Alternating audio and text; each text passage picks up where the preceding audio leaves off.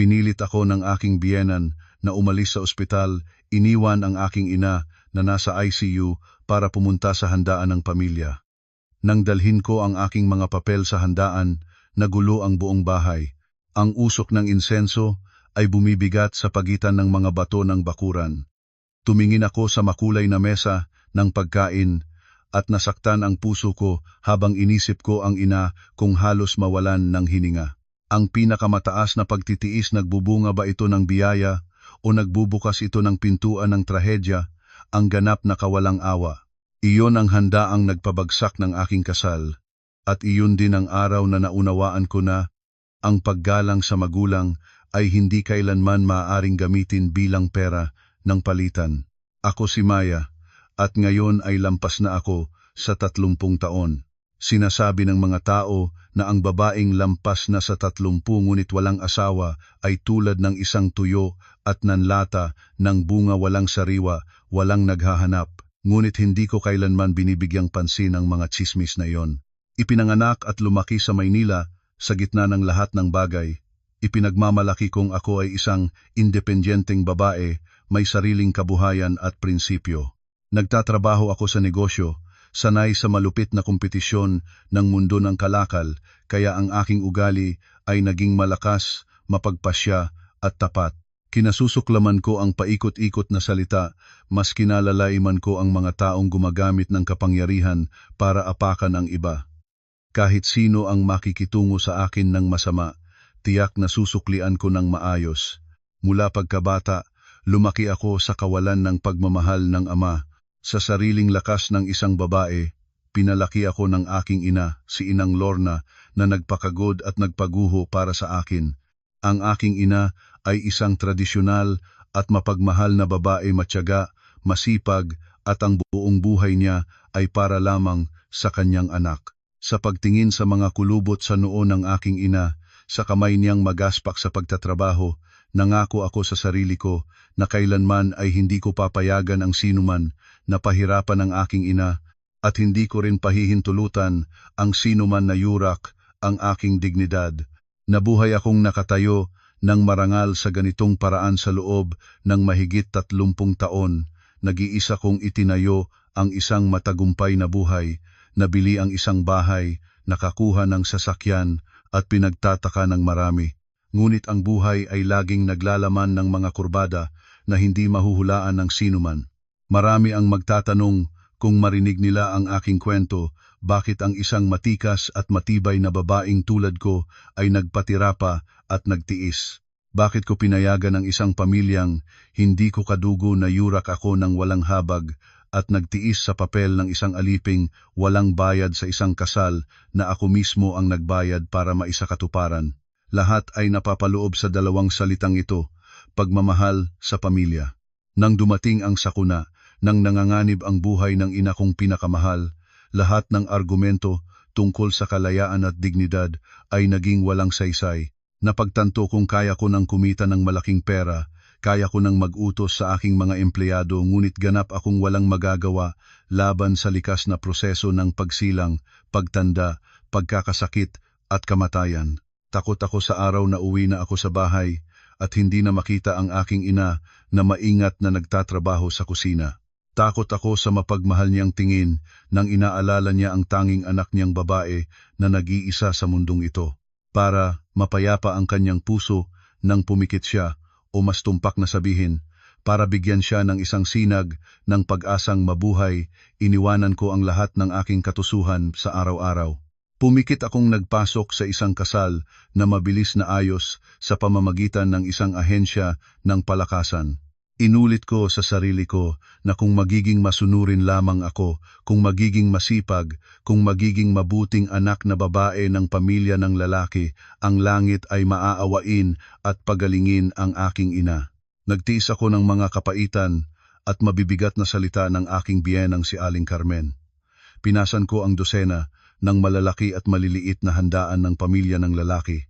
Gumastos ng malaking pera sa bawat pagbili ng mga pagkain para sa malalaking handaan, habang ang aking asawang si Hernandez at ang mga lalaki sa pamilya niya ay nakaupo ng may kalapastanganan, naghihintay lang na silbihan. Inakala kong matitiis ko ito, magpakailanman. Inakala kong ang aking pagtitiis ay kapalit ng kapayapaan. Ngunit labis akong nagkamali, ang aking pagkukusa ay hindi nagdulot ng kahabagan mula sa pamilya ng lalaki, kundi nagbunga lamang ng kanilang pagturing sa akin bilang isang kagamitan na maaaring yurak at gamitin. May mga hangganan sa buhay na kapag nalampasan mo, lahat ng pagtitiis ay agad magiging alikabok. Nang walang habag nilang natamaan, ang aking huling hangganan ang buhay ng aking ina. Iyon din ang sandali na nagising ang tunay na Maya. Ito ang pinakatapat kong pagbubunyag tungkol sa madilim na mga araw na iyon, at patunay rin na ang isang babae ay maaaring magtiis dahil sa pagmamahal, ngunit kapag bumangon na siya, walang puwersa ang makakasagbal sa kanya. Ang Maynila sa mga araw ng taglagas ay karaniwang may romantikong kagandahang nakakaakit ng puso. Ang mga dahon ay nagsisimulang mamula at malaglag sa mga lumang kalye. Ang amoy ng mga bulaklak ay sumasabog kasabay ng hangin, pumapasok sa bawat sulok ng mga bahay. Sa gitna ng maingay at abala ng lungsod na ito, sa kailaliman ng puso ng isang babaeng higit sa 30 na tulad ko, patuloy pa ring umusbong ang isang napakasimpleng pangarap. Lagi akong nagnanais ng isang natural na pag-ibig, isang relasyong nagmumula sa tunay na pagdaloy ng damdamin ng dalawang kaluluwa. Hindi ko kailangan ng isang napakayamang lalaki, hindi ko kailangan ng isang magarbong kasal. Kailangan ko lamang ang isang taong makakasama ko sa paglakad sa paligid ng luneta sa bawat gabi, na makakasamahan ko sa mainit na tinolang manok sa malamig na gabi, at pinakamahalagang bagay, isang taong nagpapahalaga sa pamilya. Ngunit para sa mga matatanda tulad ng aking ina, ang mga kaisipang iyon ay tila napakalayo at imposible. Si Inang Lorna ay laging nag-aalala sa kinabukasan ng kanyang late in life na anak. Sa kurukuro ng aking ina, ang kagandahan ng isang babae ay lumilipas ng mabilis tulad ng anino. Madalas niyang binalaan ako tungkol sa pag-aasawa. Sa simula ay mga bali-balitang salita lamang sa hapunan, ngunit dahan-dahan ay naging mga pag-ungol na puno ng lungkot. Ang ina ko ay madalas na magsandok ng mainit na sinigang at dahan-dahang ilapag sa mesa, pagkatapos ay tumingin sa akin ng may mapanghapis na tingin. Sinabi niya na kahit gaano kalikhain ang isang babae, kahit magkano ang kanyang kinikita, hindi nito mapapalitan ang isang asawa. Sinabi niya na ang babaeng nag-iisa ay nakakaramdam ng kalayaan sa kabataan, ngunit sa oras ng sakit at karamdaman na nakahiga siya sa higaan, doon niya mararamdaman ang kapaitan ng pag-iisa. Sa mga ganoong sandali, madalas ko siyang balewalain, nagpupumilit ng ngumiti ng maganda para pakalmahin ang aking ina. Sinasabi ko sa kanya na bago pa sa panahon ngayon ang babae na may sariling kabuhayan ay maaaring mabuhay ng maayos. Tinitiyak ko sa kanya na kayang-kaya kong alagaan ang aking sarili at ang aking ina habang buhay na maluho. Hindi na kailangang mag-alala at magdagdag ng kulubot, ngunit hindi sumusuko ang aking ina. Inilalabas niya ang lahat ng patunay mula sa kapitbahay hanggang sa malalayong kamag-anak. Ang mga babaeng hindi nag-asawa ay nagtapos sa pamamatay-tao nang walang bumibisita. Ang mga salita ng aking ina ay hindi nagtataglay ng mabagsik na pagpilit, kundi isang matinding takot ng isang inang nagmamahal sa kanyang anak. Natakot siya na nang pumikit na siya, nag-iisa akong maiiwan sa malaki ngunit malamig na bahay. Natakot siya na wala akong kasama sa umaga at gabi. Walang boses ng bata na tumatawag ng nanay. Ang pag-igting ni Inang Lorna ay naging mas madalas at mas masidhi nang ang mga sakit ng katandaan ay nagsimulang kumatok. Madalas niyang hawak ang aking kamay, ang manipis niyang kamay ay nanginginig, nagmamakaawa sa akin na mahalin ang aking sarili, mahanap ang isang maligtas na lugar na maaari siyang pumikit nang walang alalahanin. Alam ko na mahal niya ako nang higit sa kanyang sariling buhay. Bawat salitang binabanggit niya ay nagmumula sa kaibuturan ng kanyang puso na nais akong maging ganap na masaya. Ngunit ang pagkakaiba ng henerasyon at pananaw sa buhay ay nagbibigay ng mga sandali ng katahimikang mahinpangalanan. Hindi ko gustong magmadaling mag-asawa para lang matupad ang isang tungkulin, lalo na hindi ko gustong basta-basta kumuha ng lalaking wala akong damdamin para mabuhay sa isang walang pagmamahal na buhay. Nanatili akong tapat sa aking paniniwala, naniniwala na darating ang tamang pagkakataon sa pinakaangkop na oras. Nagsumikap akong magtrabaho ng mas mahirap, bumili para sa aking ina ng maraming masustansyang pagkain, dinala siya sa iba't ibang lugar para mapawi ang kanyang pag-aalala. Sigurado akong kapag nagtagumpay ako at nagpakita ng pagmamahal sa pamilya, mauunawaan at tatanggapin ng aming ina ang masayang buhay ko bilang isang babaeng walang asawa. Ngunit hindi inaasahan ng langit na ito, inayos nito ang isang patalim na kurbada ng kapalaran na ganap na nagbagsak ng lahat ng aking paniniwala. Ang mga malamig na hangin ng simula ng taglamig ay nagsimulang dumating, nagdadala ng kalamig na kumikilos sa bawat siwang. Sa mga nakaraang araw, napansin ko na ang kalusugan ng aking ina ay hayag na bumababa. Si Inang Lorna ay kumakain ng kakaunti. Maging ang mga pagkain na personal niyang luto ay bahagya na lamang niyang natitikman ngayon. Ang ubo ng aking ina ay tumutunog sa bawat humpay sa tahimik na gabi, tunog na tuyong-tuyo at napakapagod. Ang balat na dati ay maliwanag ay naging maputi na, at ang mga hakbang ay hindi na kasing bilis ng dati. Ang instinct ng isang anak ay nagbabala sa akin na may hindi magandang nangyayari. Maraming beses akong nagtanong, kahit nanakaw para payagan akong dalhin siya sa ospital para sa kumpletong pagsusuri ng kalusugan. Ngunit ang aking ina, na may ugaling makatipid at ayaw na maging abala sa anak, lagi siyang sumusugal na lang. Matigas siyang nagsasabi na sipon lamang siya dahil sa pagbabago ng panahon, normal lamang na ang katandaan ay nagdudulot ng pantal at sakit sa katawan.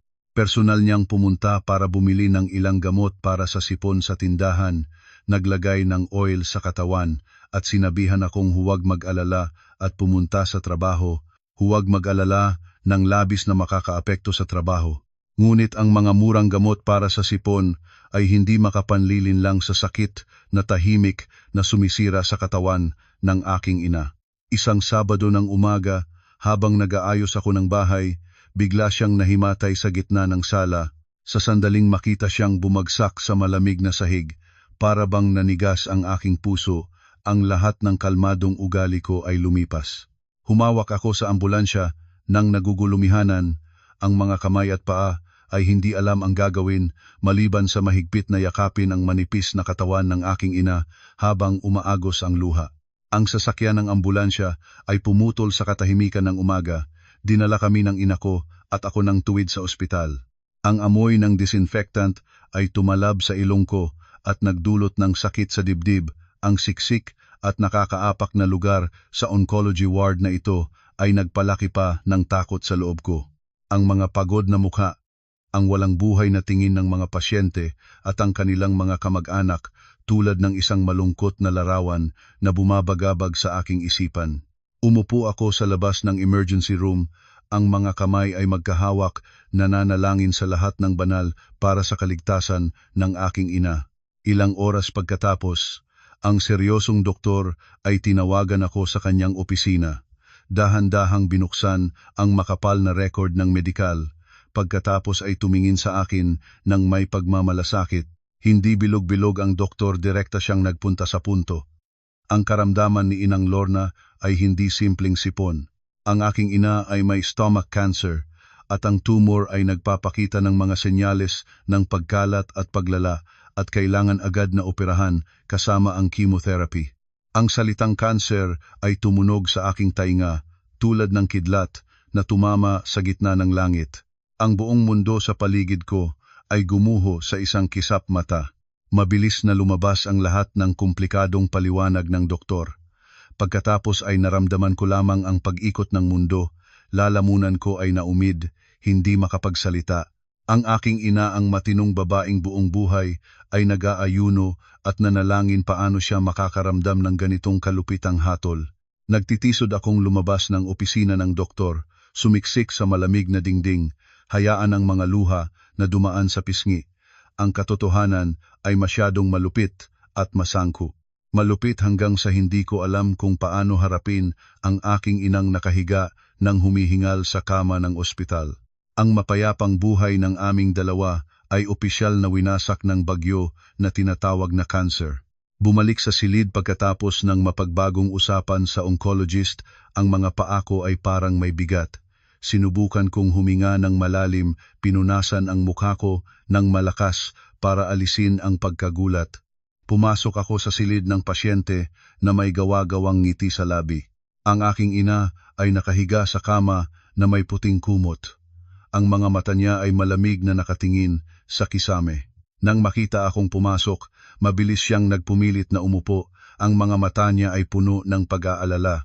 Mabilis akong lapitan, hinawakan ang manipis at malamig na mga kamay ng aking ina, nagsalita ng malinaw at tapat. Sinabi ko sa kanya na ang doktor ay nagsabi na ang karamdaman niya ay natuklasan ng hindi masyadong huli pa. Ang medisina ngayon ay napaka-advanced, kailangan lang ng operasyon at sundin ang treatment plan at mabubuhay siya ng maayos muli. Nagpigil ang aking ina sa pag-iisip ng masama. Lahat ng gastos sa peras at gamot ay aayusin ng kanyang anak na babae. Ang aking ina, nang marinig ito, ay tumango. Ang mga sulok ng bibig ay bahagyang umangat, naglikha ng isang ngiting halos umiyak. Iniabot niya ang kamay para haplusin ang aking buhok. Ang boses niya ay puno ng damdamin na sinasabi, "Pinagod na kita ng iyong ina." Niyakap ko ng mahigpit ang aking ina, matapang na nagsalita na pinalaki niya ako at pinalaki akong lumakas. Ngayon ay oras na para sa aking pagmamahal at ganap na hindi dapat magsalita ng mga salitang nagpapabagal sa atin.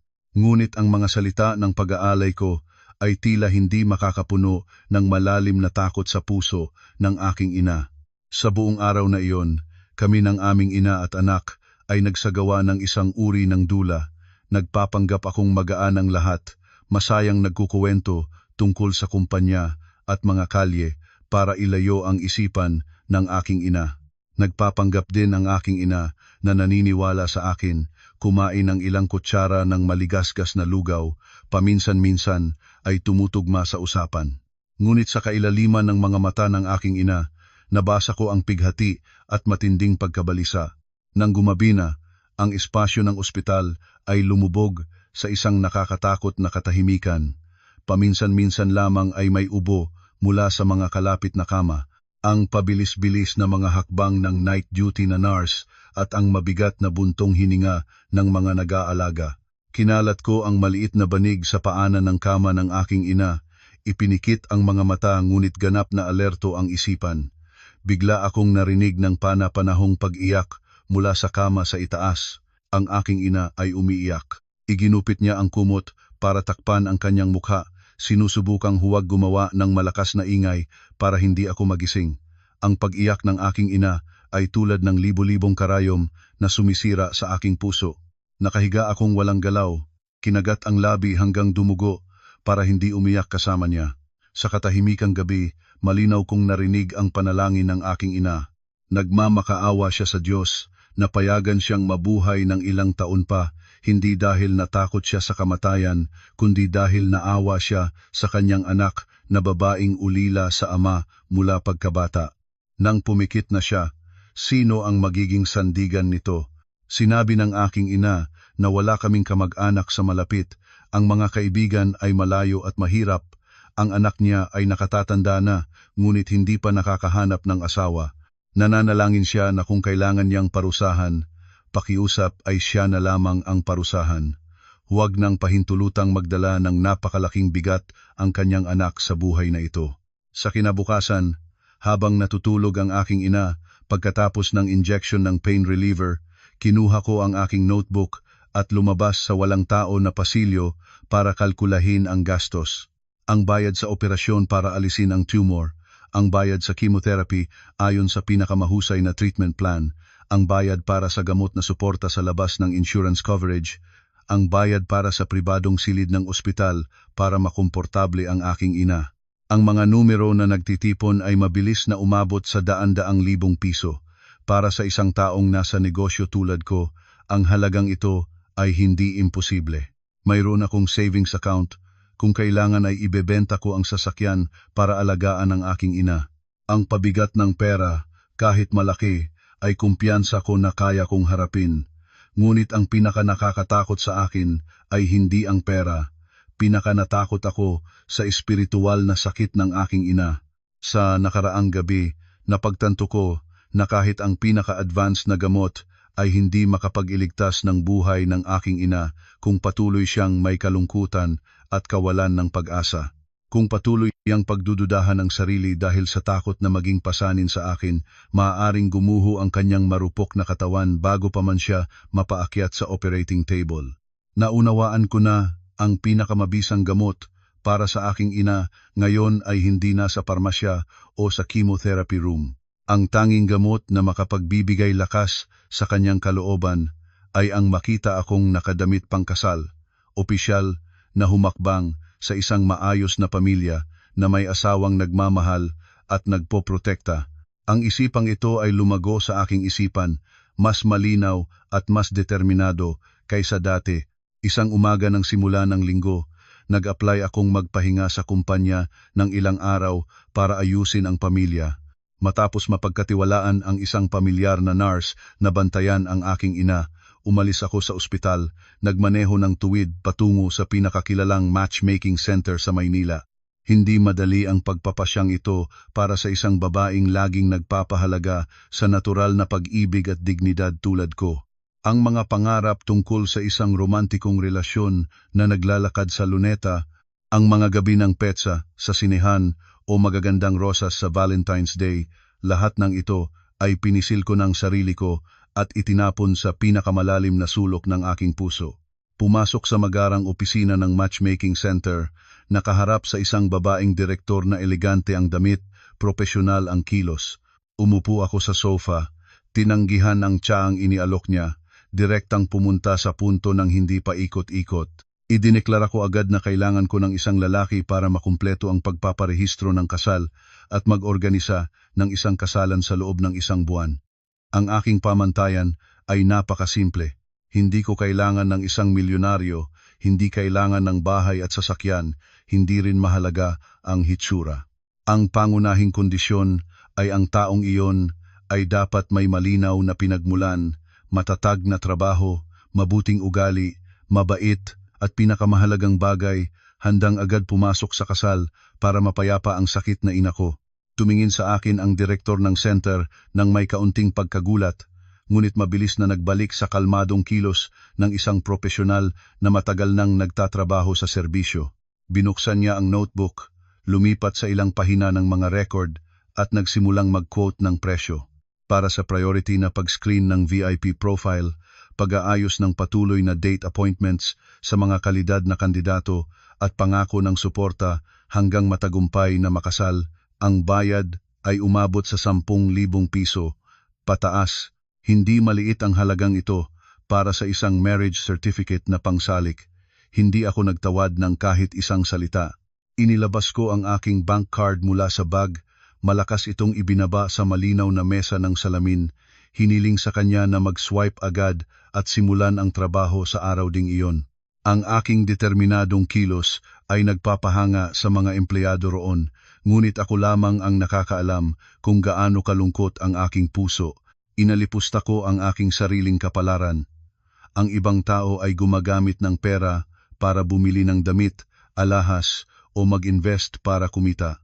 Ngunit ako, si Maya, sa edad na 30, ay gumagamit ng mga piso na kinikita ko sa pawis at dugo para bumili ng asawa, bumili ng isang palabas ng maligayang pamilya. Lumabas ako ng matchmaking center, tumingala sa makalabaw na langit ng simula ng taglamig. Malakas na humihip ang hangin na nagpalito ng buhok, ngunit ang puso ko ngayon ay kakaibang tahimik. Tinanggap ko ang palitan ng personal na kaligayahan, tinanggap ang paggawa ng aking buhay bilang isang marriage contract na walang pundasyon ng pag-ibig. Kapalit nito, magkakaroon ako ng pinakapinahahalagahan ko sa mundong ito, ang ngiti at katahimikan ng aking ina. Nang hapon na iyon, nagdala ako ng mainit na sopas ng manok sa ospital para sa aking ina. Nang matapos siyang kumain, nagkunwari akong nahihiya, hinawakan ang kamay ng aking ina at dahan-dahang naghayag ng isang nakagugulat na balita. Sinabi ko sa kanya na mayroon akong nobyo. Siya ay isang matured na lalaki, mapag-isip at lubos na nagmamahal sa akin. Matagal na kaming nagkakilala, ngunit dahil sa abala sa trabaho ay hindi pa nakapagsabi sa kanya. Ngayon na nakita niyang mahina na ang ina ko, proaktibo siyang nagmungkahi ng maagang kasal para opisyal na alagaan ang aming dalawa, para magkaroon ng aking ina ng isang manugang na magtataglay ng responsibilidad sa pamilya. Tulad ng aking inaasahan, ang haggard na mukha ng aking ina ay nagliwanag ng milagroso. Ang mga matang malabo sa kemo ay bigla na may kislap ng mga luha, ngunit ito ay mga luha ng ganap na kaligayahan.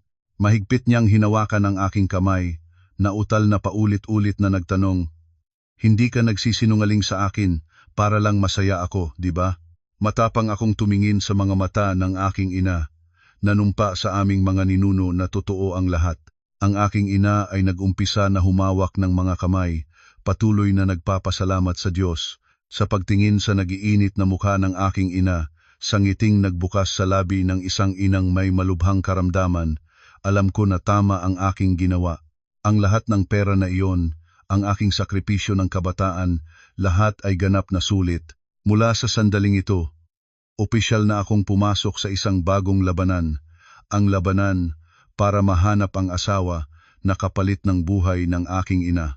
Sa mga araw pagkatapos makipagkontrata sa matchmaking center, ang aking buhay ay umiikot sa isang nakakapagod na pag-ikot.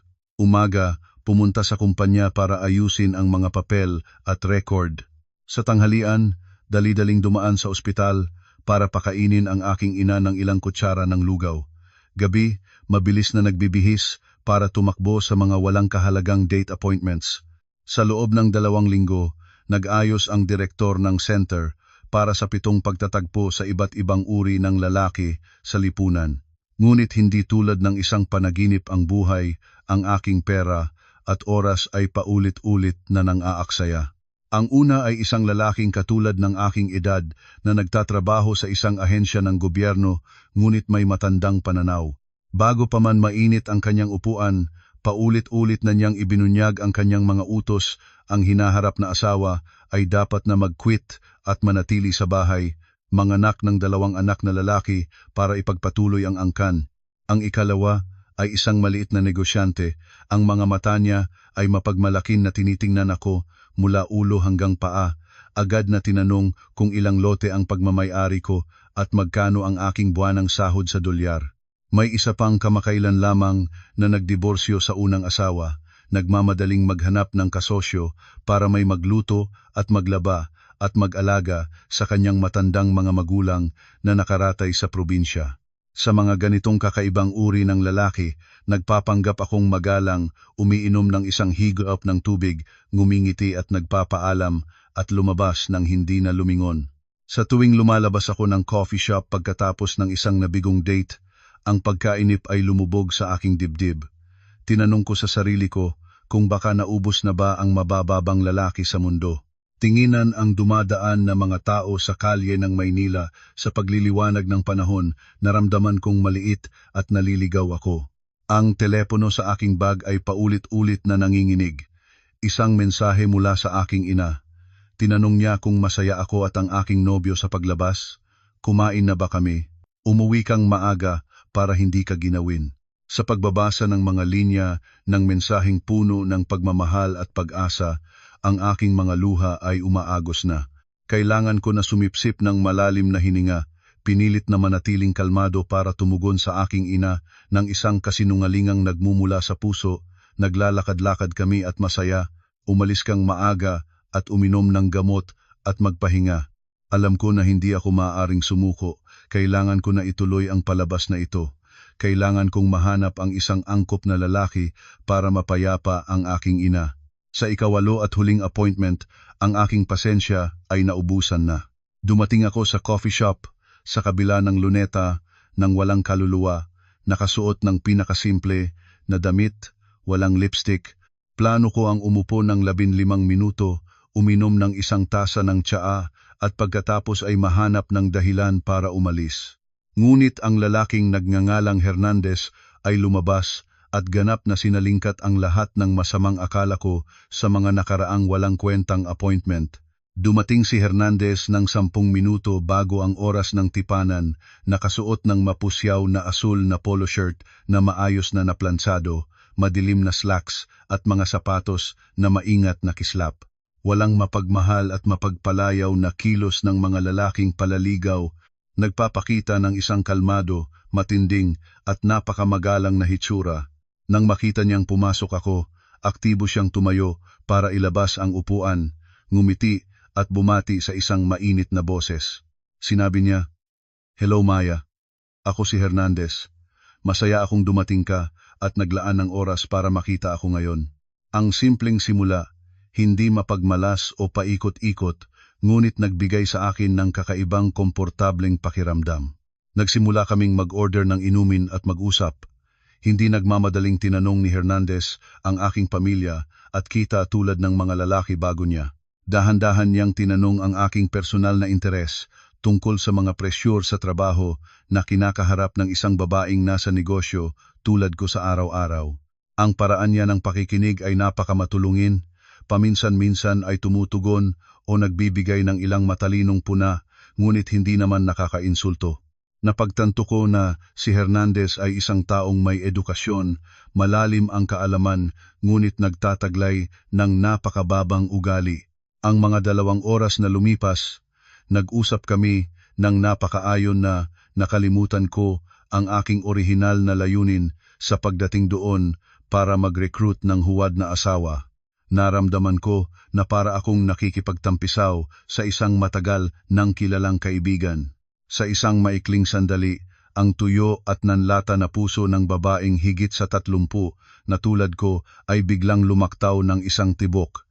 Inisip ko ng lihim na marahil ay tumingin ang langit sa paghihirap ng aming dalawa at nagpadala ng Hernandez sa oras na lulubog ako sa kawalan ng pag-asa.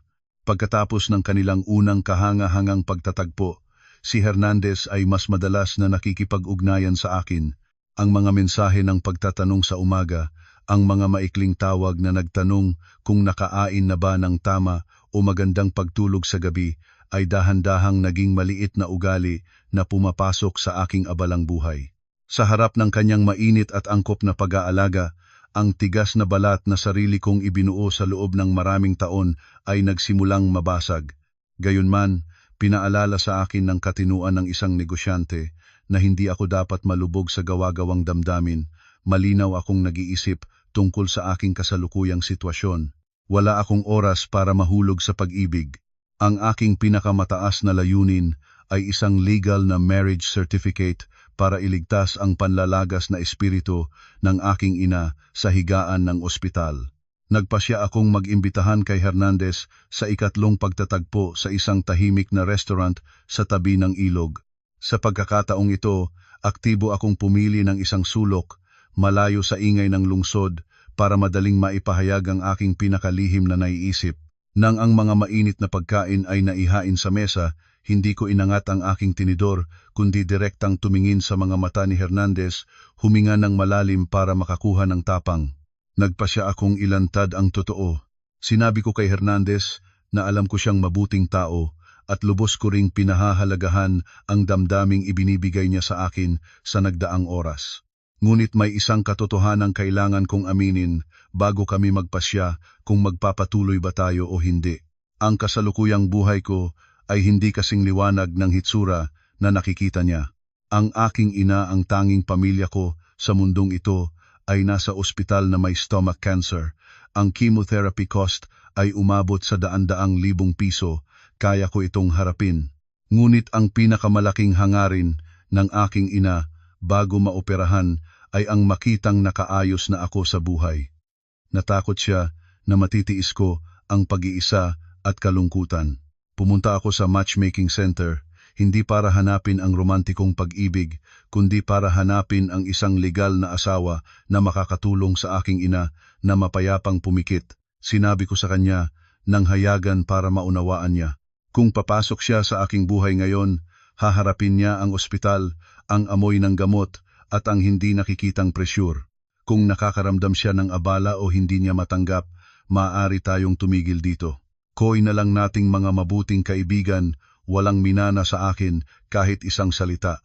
Pagkatapos ng mga salitang nagmumula sa kaibuturan ng aking puso, ibinaba ko ang aking mga mata, ang mga kamay ay kusang loob na pumiit sa damit hapag. Handa na akong tanggapin ang isang magalang na pagtanggi o kahit isang nakakunot na kilay ng pagkabagot mula kay Hernandez. Anumang praktikal na lalaki ay pipiling ligtas na umalis kaysa pilitin ang sarili sa magulo na sitwasyong tinatawag na cancer at bigat ng filial piety ng ibang tao. Ngunit ganap na naiiba ang totoong nangyari, ang espasyo ay lumubog sa isang payapang katahimikan. Dahan-dahan akong tumingin pataas at nakita ang puno ng pagkaunawa na tingin ni Hernandez. Ang malaki at mainit na kamay niya ay biglang umaabot, mahigpit na hinawakan ang nanginginig kong mga kamay. Nagsalita si Hernandez. Ang kanyang boses ay malalim, matatag, at may kapangyarihang nagpapawi ng lahat ng bagyo sa aking puso. Sinabi niya na huwag akong nag-iisip ng negatibo at mag-isa na pinasa ng lahat. Ang buhay ng tao ay laging dumadaan sa pagsilang, pagtanda, karamdaman, at kamatayan. Ang sakit ay hindi gustong mangyari ng sinuman. Hindi siya nakakaramdam ng abala. Sa katunayan, lalo niya akong minamahal dahil sa aking katapatan sa pamilya at lakas. Kung nagtiwala ako sa kanya at ibinunyag ang mga bagay na ito, nais din niyang sabihin ang kanyang totoo. Siya ay nasa tamang edad na rin at nais magtayo ng matibay na pundasyon ng pamilya. Kung hindi niya siya isinalang, nais nilang magmadaling mag-asawa. Nais niyang gamitin ang pangalan ng asawa para maprotektahan siya, sabayan siya sa ospital para alagaan ang kanyang ina. Maaari silang magkasal ng mabilis, magdala ng marriage certificate sa ospital para makita ng kanyang ina at mapayapaan ito para sa paggamot. Lahat ng hirap sa hinaharap ay hahatakin niya kasama niya. Bawat salita ni Hernandez ay pumasok sa aking tainga, sinira ang huling matibay na pader ng depensa sa aking puso. Ang luha ko, ang mapait na asin na pinagsumikap kong pigilan sa napakaraming araw at gabi sa pasilyo ng ospital, ay ngayon ay umaagos ng hindi mapigilan. Umiyak akong nag-uurong sulong tulad ng isang batang inakusahan, ngayon ay sa wakas ay pinaawid ng isang matanda. Umiyak ako dahil na-touched sa tunay na damdamin ng estranghero. Umiyak dasa na ibaba ang malaking bato na matagal na nagbibigat sa aking dibdib. Sa sandaling iyon, tiningnan ko si Hernandez tulad ng pagtingin ko sa isang tagapagligtas na isinugo ng langit. Mabilis akong tumango, hayaan ang mga luha na maagos sa aking mukha. Naniniwala akong ang kanyang katapatan ay hindi maaaring maging huwad. Nangarap ko sa aking sarili na basta mainam ang kanyang pagtrato sa aking ina, basta natulungan ang aking ina na malampasan ang kamatayan, nangangako akong gagamitin ko ang natitirang buhay ko para maging isang matapat na asawa at isang mabuting anak na babae. Napasya kong ibigay ang aking buhay kay Hernandez. Nagtiwala akong nakahanap na ako ng isang napakamatibay at mapayapang daungan. Nakalulungkot, ang matamis na pangako sa maliwanag na gabing iyon ay ang siyang nagpatigas ng sulo para sa isang serye ng mapait na trahedya na naghihintay sa akin sa harap. Ang hapunan sa tabi ng ilog ng gabing iyon ay natapos sa isang katahimikang puno ng bagong pag-asa. Pagkatapos ng aking pagtanggap sa panliligaw ni Hernandez, siya ang nagbayad ng bill at sabay kaming naglakad sa landas na mayabong ng puno. Ang hangin ng gabi ay humihipaw mula sa ilog na nagdadala ng kalamig ng simula ng taglamig, ngunit ang puso ko ay nakaramdam ng kakaibang init. Akala ko na lahat ay ayos na, naghihintay na lamang sa araw ng pagsama sa munisipyo para magparehistro at ipahayag ang magandang balita sa aking ina. Ngunit biglang huminto si Hernandez. Lumingon siya sa akin.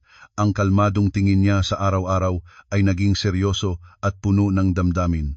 Sinabi niya sa akin ng may malalim na kalungkutang boses, huwag akong masyadong masaya agad. Siya ay isang tapat na lalaki, may mga bagay na kailangang sabihin ng malinaw bago kami opisyal na pumasok sa buhay bilang mag-asawa.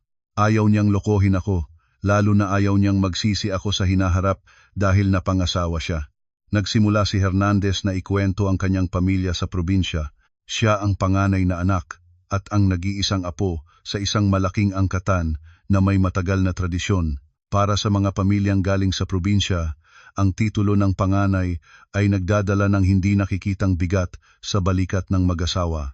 Sinabi ni Hernandez na bawat taon, may 10 hanggang 20 malaki at maliliit na handaan ang kanilang pamilya mula sa ika-4 at ika-7 henerasyong ninuno hanggang sa taunang komemorasyon ng angkan. Lahat ng trabaho, sa pagpaparangal, pista at salo-salo, ay napupunta sa balikat ng panganay na anak na babae. Hawak niya ang aking kamay, ang boses niya ay bumaba na may pag-aalala. Sinabi niya na ang kabuuang gastos sa mga handaan at komemorasyon bawat taon ay hindi maliit, maaaring umabot sa 10,000 piso o higit pa. Ngunit ang pinaka nakakatakot ay hindi ang pera, kundi ang kahigpitan ng kanyang ina, si Aling Carmen.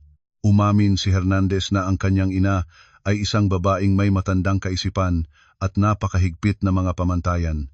Si Aling Carmen ay may masamang pagtingin sa mga modernong, independenteng babaeng lungsod.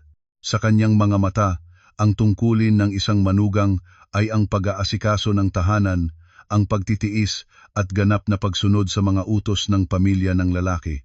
Binalaan niya ako na kung manilbihan sa kanilang pamilya, kakailanganin kong talikuran ang aking magtaas na ego, ang mahulog sa kusina para pagsilbihan ang daan-daang tao sa mga araw ng pagtatagpo at matuto kung paano manatiling tahimik sa harap ng mga mapanuring salita ng biyenan. Bawat salita ni Hernandez ay tulad ng isang timba ng malamig na tubig na inihagis ng tuwid sa aking mukha. Ako ay isang matagumpay na babae, sanay sa pagpirma ng mga kontrata, sanay sa pag-utos sa mga empleyado. Ang mga kamay ko ay hindi kailanman nagputol ng isang basket ng sibuyas o naghugas ng isang stack ng pinggan. Ang pagyuko at paglilingkod sa isang pamilyang hindi ko kadugo at ang pagtanggap ng mabibigat na tagubilin ng isang matandang biyenan ay talagang isang napakamadilim na pananaw.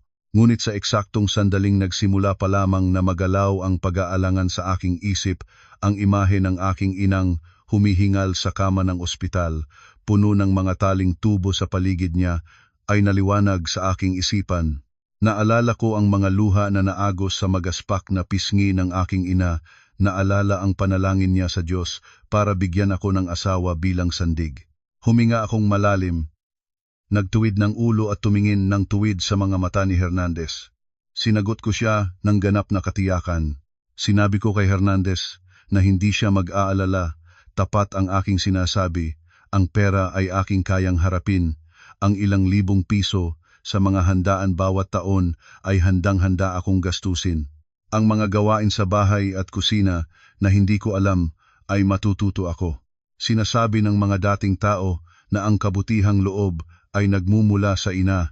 Naniniwala ako na ang lahat ng paghihirap, hirap at kahirapan na haharapin ko sa pamilya ng lalaki ay isang uri ng pagsasanay ng puso at pag-iipon ng kabutihan. Nangangako akong dalhin ang aking katawan para magtrabaho at maglingkod sa pamilya ng lalaki para mapalitan ang biyaya para sa aking ina. Naniniwala akong may mata ang Diyos. Kung mabubuhay ako ng ganap sa aking papel bilang manugang, igagalang ang pamilya niya, ang langit ay maawa at pagalingin ang aking ina.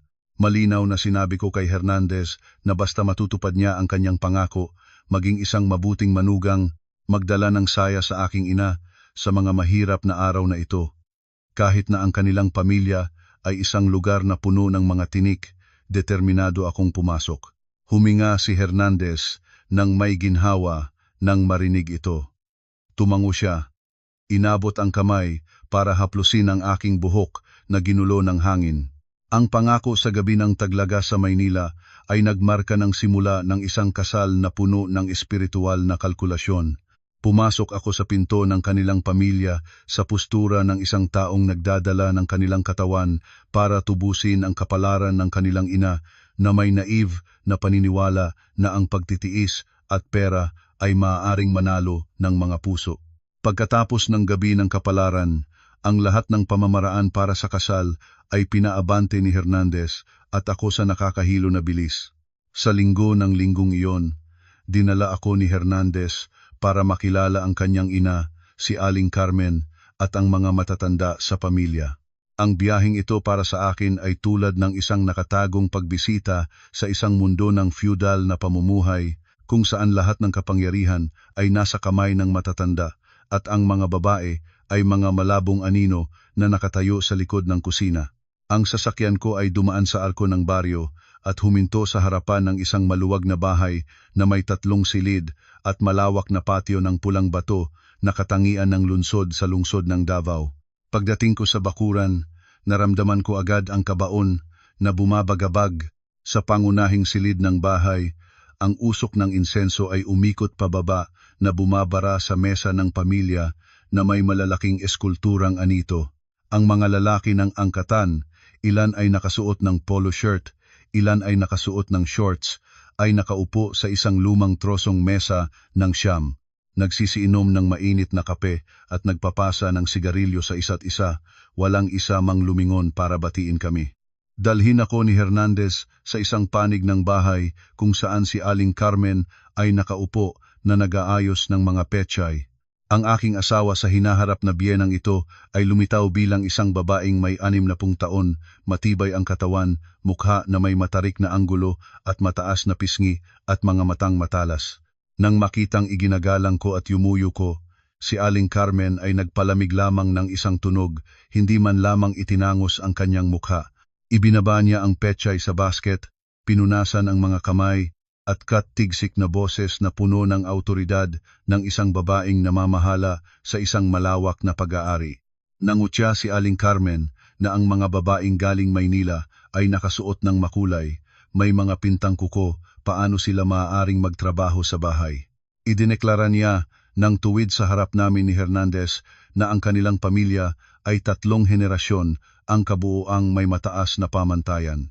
Ang mga babaeng humakbang sa kanilang pintuan ay dapat na marunong sa kanilang lugar, maaga ang pagbabangon at pagwalis sa umaga, malinis ang kusina, maayos ang lahat ng handaan ng angkatan, ganap na hindi pinahihintulutang mabigo ang mga ninuno sa itaas. Sinabi pa niya na kung magkano ang aking kinikita sa labas ay hindi niya alintana, ngunit pagdating sa bahay na iyon ay kailangan kong sundin ang lahat ng sinasabi ng biyenan at ipinagbabawal ang mga tuwiran. Ang mga mapanghimagsik at mabibigat na salita ni Aling Carmen ay nagpaapoy ng mainit na dugo sa loob ko. Ang ugali ng isang matagumpay na babae ay gustong tumayo at lumaban, gustong sumagot na nagpakasal ako at hindi na paroon para maging katulong. Ngunit sa oras na iyon, dahan-dahang humawak si Hernandez sa aking balikat bilang isang paalala. Kinagat ko ang labi, nilunok ang kumpol ng galit na mapait sa lalamunan at yumuko ng magalang. Sinabi ko sa sarili ko na lahat ito ay para sa aking ina. Kailangan kong magtiis, kailangan kong yumuko sa putik para mabuhay ang aking ina. Ang aming kasal ay ginanap lamang 2 linggo pagkatapos ng pagtatagpo, ayon sa aking kagustuhan, at para makatipid din sa gastos ng pamilya ng lalaki, ang buong salo-salo ay ginanap sa isang maginhawang restaurant sa sentro ng Maynila. Ako mismo ang nagbayad ng lahat mula sa damit pangkasal, pagkain, hanggang sa mga sariwang bulaklak na dekorasyon. Ang tanging layunin ko ay lumikha ng pinakaperpektong entablado para mapayapa ang aking ina. Ang pinakamahalagang araw ng buhay ng isang anak na babae ay nagdaan sa kabilis. Sa tulong ng doktor ng paggagamot, ang aking ina ay pinahintulutang umalis sa ospital ng ilang oras para dumalo sa kasal ng kanyang anak. Lumitaw si Inang Lorna sa isang pulang velvet na bestida, ang mukha kahit pinaghandaan ng maayos ay hindi makakatago ng pagod at panilaw na epekto ng unang round ng chemo. Ngunit ang mga mata ng aking ina ay nagniningning ng may hindi mapapahayag na kagalakan. Nang umalingaw-ngaw ang musika ng kasal, nang mangisay na dumampot ng aking kamay ang aking ina para ibigay kay Hernandez sa entablado. Mahigpit niyang hinawakan ang aming mga kamay, ang boses ay puno ng damdamin sa luha. Sinabi ng aking ina na ibinibigay niya ang pinakamahalagang bagay sa kanyang buhay kay Hernandez. Inaasahan niya na magiging maligaya silang dalawa habang may ngipin pa sila at magmahal sa isa't isa. Pinahiran ang aking ina na sundin ang obligasyon ng isang anak sa pamilya ng asawa, maging mapagbigay at matiisin para mapayapa ang tahanan. Sa pagtingin ng mga luha ng kaligayahan na dumaan sa pisngi ng aking ina, ang aking puso ay naninikip. Ngumiti akong masaya, mahigpit na niyakap ang aking ina, bulong sa kanyang tenga ng mga pinakamainit na salita. Sinabi ko sa kanya na mapayapang gumaling ang kanyang anak na babae ay may nagpoprotekta na ngayon. Ang kasal ay naging maayos. Ang aking ina ay bumalik sa ospital na may kakaibang masayang espiritu. Habang inihuhubad ko ang magandang bestidang pangkasal ko, ay kasabay na dumating sa akin ang tunog ng pinto ng impyerno na tinatawag na pamilya ng lalaki ang simula ng isang araw na mapait na pagbabayad ng utang. Ang marriage certificate na may pulang tatak ng munisipyo ay aking inilagay sa isang maingat na frame at diretso dinala sa ospital para ilagay sa tabi ng kama ng aking ina. Sa pagtingin sa sertipiko ng kaligayahan ng kanyang anak, ang espiritu ng aking ina ay nagliwanag. Kumain siya ng mas marami. Ang mga sakit mula sa kimo ay tila bumaba ng kaunti. Para sa akin, ang pag-unlad na iyon ay pinakamalinaw na patunay na ang aking pagpapasya na mag-asawa ay ganap na tama. Ngunit labis kong binaba ang kalupitan ng tinatawag na mga pamantayan ng pamilya ng panganay. Hindi pa nakaranas ng kahit isang araw ng honeymoon, itinatapon na ako ng tuwid sa malupit na katotohanan ng probinsya ng asawa. Hindi pa isang linggo pagkatapos ng kasal, inabisuhan ako ni Hernandez na may handaan ng pamilya, pinagsabihan niya akong mag-leave para umuwi sa probinsya at alagaing mabuti ang lahat. Maayos na nagsaayos ng trabaho sa kumpanya, kinuha ko ang aking personal na sasakyan at dinala si Hernandez sa maagang umaga. Pagdating ko sa bakuran, sinalubong ako ni Aling Carmen ng isang makapal na lumang notebook. Ibinato niya ang notebook sa ibabaw ng mesa at malakas na inihayag. Sinabi niya sa akin na buksan ito at kabisahin ang mga petsa ng mga handaan ng angkatan ng kanilang pamilya. Isang taon ay may 20 malaki at maliliit na handaan, bukod pa ang mga regular na pagbabago, pista at kapaskuhan. Mula ngayon, ang tungkulin ng manugang na babae ay ang pamamahala ng lahat ng ito, ganap na walang dahilan ng trabaho sa Maynila para makaiwas sa responsibilidad sa mga ninuno. Inilipat ko ang bawat pahina ng notebook, nalilito sa mahabang listahan ng mga pangalan at mga petsa ng kalendaryo na maingat na naitala. Ngunit iyon pa lamang ang simula ng bangungot. Ibinigay sa akin ni Aling Carmen ang listahan ng mga item na dapat bilhin, kasabay ng isang basket ng yumarugang pera na sinabi niyang kontribusyon ng mga tiyuhin at tiyahin ng angkatan. Sa hawak ng maliit na halagang iyon sa aking mga kamay, lubos kong naunawaan na hindi ito sapat para sa masustansyang handaan na hinihingi niya. Ayaw nang mag-away ng maaga sa araw ng pagiging manugang, kusang loob na inilabas ko ang aking bank card, pumunta sa malaking supermarket sa bayan at gumastos ng libu-libong piso sa mga pagkain. Mula sa native na manok, de primera na lutong karne hanggang mga sariwang pagkain at imported na prutas, lahat ay personal kong pinili ang pinakamasustansya para igalang ang pamilya ng asawa. Nang pumasok ako sa kusina nang hawak ang mga mabibigat na bag, isang kabalintunaan ang tumalab sa mata ko na nagpahintay ng tiyan. Sa maluwag at malamig na pangunahing silid ng bahay, ang mga lalaki ng angkatan kasama si Hernandez na asawa ko ay nakaupo ng walang ingat sa lumang mesa.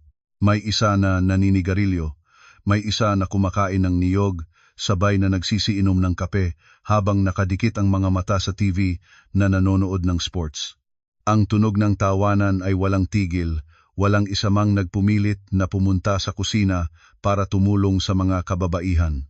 Samantala, sa kusina na mainit na parang isang palayok, ako at ilang mga tiyahing babae ng angkatan ay kailangang makipagtunggali sa mga grasa at dumi. Ang pawis ay bumuhos tulad ng ulan, basa ang aking mamahaling lino shirt. Nanginginig ang paghawak ko ng kutsilyo para hiwain ang karne, at gulayin ang mga kamay na sanay sa pag-type sa keyboard ay kailangang gumamit ng lakas para tumaga ng mga matitigas na buto. Si Aling Carmen ay nakatayo nang may hawak ang balakang sa tabi niya, ang mga matang matalas ay patuloy na sinusubaybayang ang bawat kilos ko. Walang tigil ang kanyang pagpuna, ang tiksik na boses niya ay tumutunog ng lumalagpas sa tunog ng kawali. Sinaway niya ang aking mga hiwa ng karne na manipis tulad ng mga dahon. Sino ang kukuha nito? Pinuna niya ang aking gisadong pechay na dilaw at maputla, hindi nag-iingat ng berde. Bawat salita ni Aling Carmen ay tulad ng kutsilyo na sumasalok sa aking dignidad. Napakapalit ko ang lahat hanggang sa dumaloy ang mga luha ko, ang mga ngipin ay nakaagaw sa labi hanggang dumugo para pigilan ang pag-agaw ng mga salita ng pagtutol. Pinaalala ko ang sarili ko na nagtatayong manuntunan para sa buhay ng aking ina, kailangan akong magtiis. Yumuko akong ibinaba ang aking mukha sa cutting board habang hinhiwa ang sibuyas, habang hinahayaan ang mga luha na halo ng pawis na mahulog ng walang pigil. Ang aking asawa, ang lalaking noon, ay nangako na poprotektahan at haharapin ang hirap kasama ko. Sa sandaling ito ay nakainom sa labas ng silid kasama ang mga tito. Ganap na iniiwan akong malunod sa kabagsikan ng biyenan. Ang buhay ng kasal na ipinagpalit ko ng buong kabataan at pera ay sa huli ay nagpakita ng tunay nitong anyo, isang bilangguan na nagtatali ng kalayaan at ginagamit ang katawan at espiritu ng isang babae. Ang serye ng mga araw na pagiging manugang ng panganay ay lumipas sa nakakatakot na pagod ng katawan at pera. Halos kalahating buwan minsan, kahit may mga buwan na bawat linggo ay may oras na, kailangan ko na isantabi ang napakaraming file ng proyekto sa kumpanya, mabilis na magmaneho ng 10 kilometro pabalik sa probinsya para sa mga handaan, mula sa handaan ng isang lolo hanggang sa lola, mula sa handaan ng pangunahing linya hanggang sa angkatan. Kahit araw ng trabaho o katapusan ng linggo, kapag tumawag si Aling Carmen ay kailangan ko agad na dumalo. Kahit isang sandaling maatrasado ay tiyak na mungkahi niya ang pangalan ng aking ina at pagtulinan. Nagsasabi siya na ang pamilya na iyon ay malas nang makuha ako bilang manugang ng panganay, na kapag may malaking handaan na hindi nakita ang taong mag-aasikaso, nagpapahiya siya sa mga kapitbahay at kamag-anak. Tinatamaan ang aking pinakamalupit na kahinaan na si Inang Lorna. Si Aling Carmen ay lalong nagiging mapanupil at mapanghihingi ng lahat. Pagkatapos ng bawat handaan, nang ang mga lalaking kamag-anak ay busog na at nahiga ng naiinom sa itaas, sa labas ng bahay ay isang bundok ng mga pinggan na may grasa at inunan na mataas gaya ng bundok na naghihintay sa akin. Ang ibang kababaihan ng angkatan ay karaniwang naghahanap ng dahilan para umuwi ng maaga. Inilalaan ang lahat ng responsibilidad sa paglilinis para sa bagong manugang na ako. Nakaupo akong nakatuklod sa tabi ng lumang sementeryo ng bato. Ang mga kamay ko, na dati ay inaalagaan sa mga premium spa, ay ngayon ay nakalubog sa murang dishwashing liquid na may narito na may mantika hanggang uminog at matanggal ang balat. Sumasakit ang aking likod sa pagkayuko ng matagal na oras. Ang mga tuhod ay namimilo tulad ng namagnetismo. Maraming oras na pagod. Tumingin ako pataas sa nagitim na langit ng probinsya. Tinanong ko sa aking sarili kung ano ang ginagawa ko sa aking buhay. Tungkol sa gastos, lahat ng pera para sa pagbili ng mga item ng seremonya mula nang ako ay naging manugang ay galing sa aking sariling bulsa. Bawat pagkakataon na ginagawa ang menu, si Aling Carmen ay naghahanap ng mga espesyal na sangkap mula sa crispy na isda, imported na karne hanggang sa kalapating nilaga. Lagi siyang nagmamayabang sa mga kapitbahay na ang kanyang manugang na babae mula Maynila ay isang malaking ehekutibo na kumikita ng maraming pera para pilitin akong maghanda ng mga kahangahangang hapag para mapawi ang kanyang walang katotohanan na pagmamalaki. Isang beses ay hindi ko na natiisin ang hindi makatwiran at nagrereklamo kay Hernandez. Naiiba sa imahe ng lalaking mapag-unawa noon, ipinakita ni Hernandez ang kanyang tunay na kalikasan, isang hambog, duwag, at ganap na umaasa sa kanyang ina. Itinakwil niya ang lahat at nagreklamo niya sa akin tungkol sa pagkalkula ng ilang pisong mali sa pamilya. Sinabi ni Hernandez na ang pamilya nila ay isa lamang akong manugang, ang kabuhayan ay pinakamataas na kaya gumastos ng kaunti para sa mga ninuno ay hindi nawawala. Nang marinig ang salitang kabutihan na nagmumula sa bibig ng walang kwentang asawa, ang puso ko ay nanlamig. Ngunit kabalintunaan, ang dalawang salitang iyon ay ang tanging lifebuoy na nagtatago sa akin sa kasal na parang impyerno na ito. Nagsimula akong paghipnuhin ang aking sarili sa mga isipang puno ng espiritual na kulay. Naniniwala akong ang aking pagtitiis ay hindi walang saysay.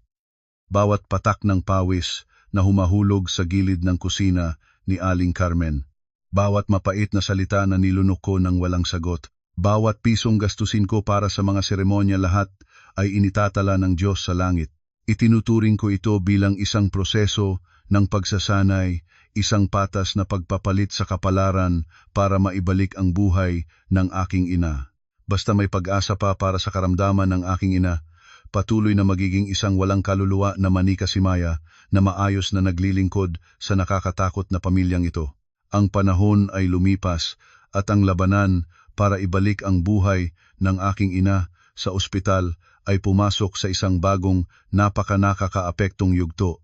Pagkatapos ng maraming buwan ng kemo, ang katawan ni Inang Lorna ay hayag na kumukupas. Ang itim na buhok na noon ay nahuhulog na at pinalitan ng manipis na tela na nagtatago ng pinsala ng kemo. Ang balat ng aking ina ay kumukulot at pumutlang parang nalanta ng dahon ng saging. Gayunman, salamat sa aktibong treatment at bahagya rin sa masayang espiritu dahil nakita niyang nakaayos na ako sa buhay, ang tumor sa tiyan ng aking ina ay nagpakita ng mga senyales ng pagsusuri. Ang mga doktor ay nagpulong at nagpasya na isagawa ang ikalawang operasyon para ganap na maalis ang nasirang bahagi ng tiyan.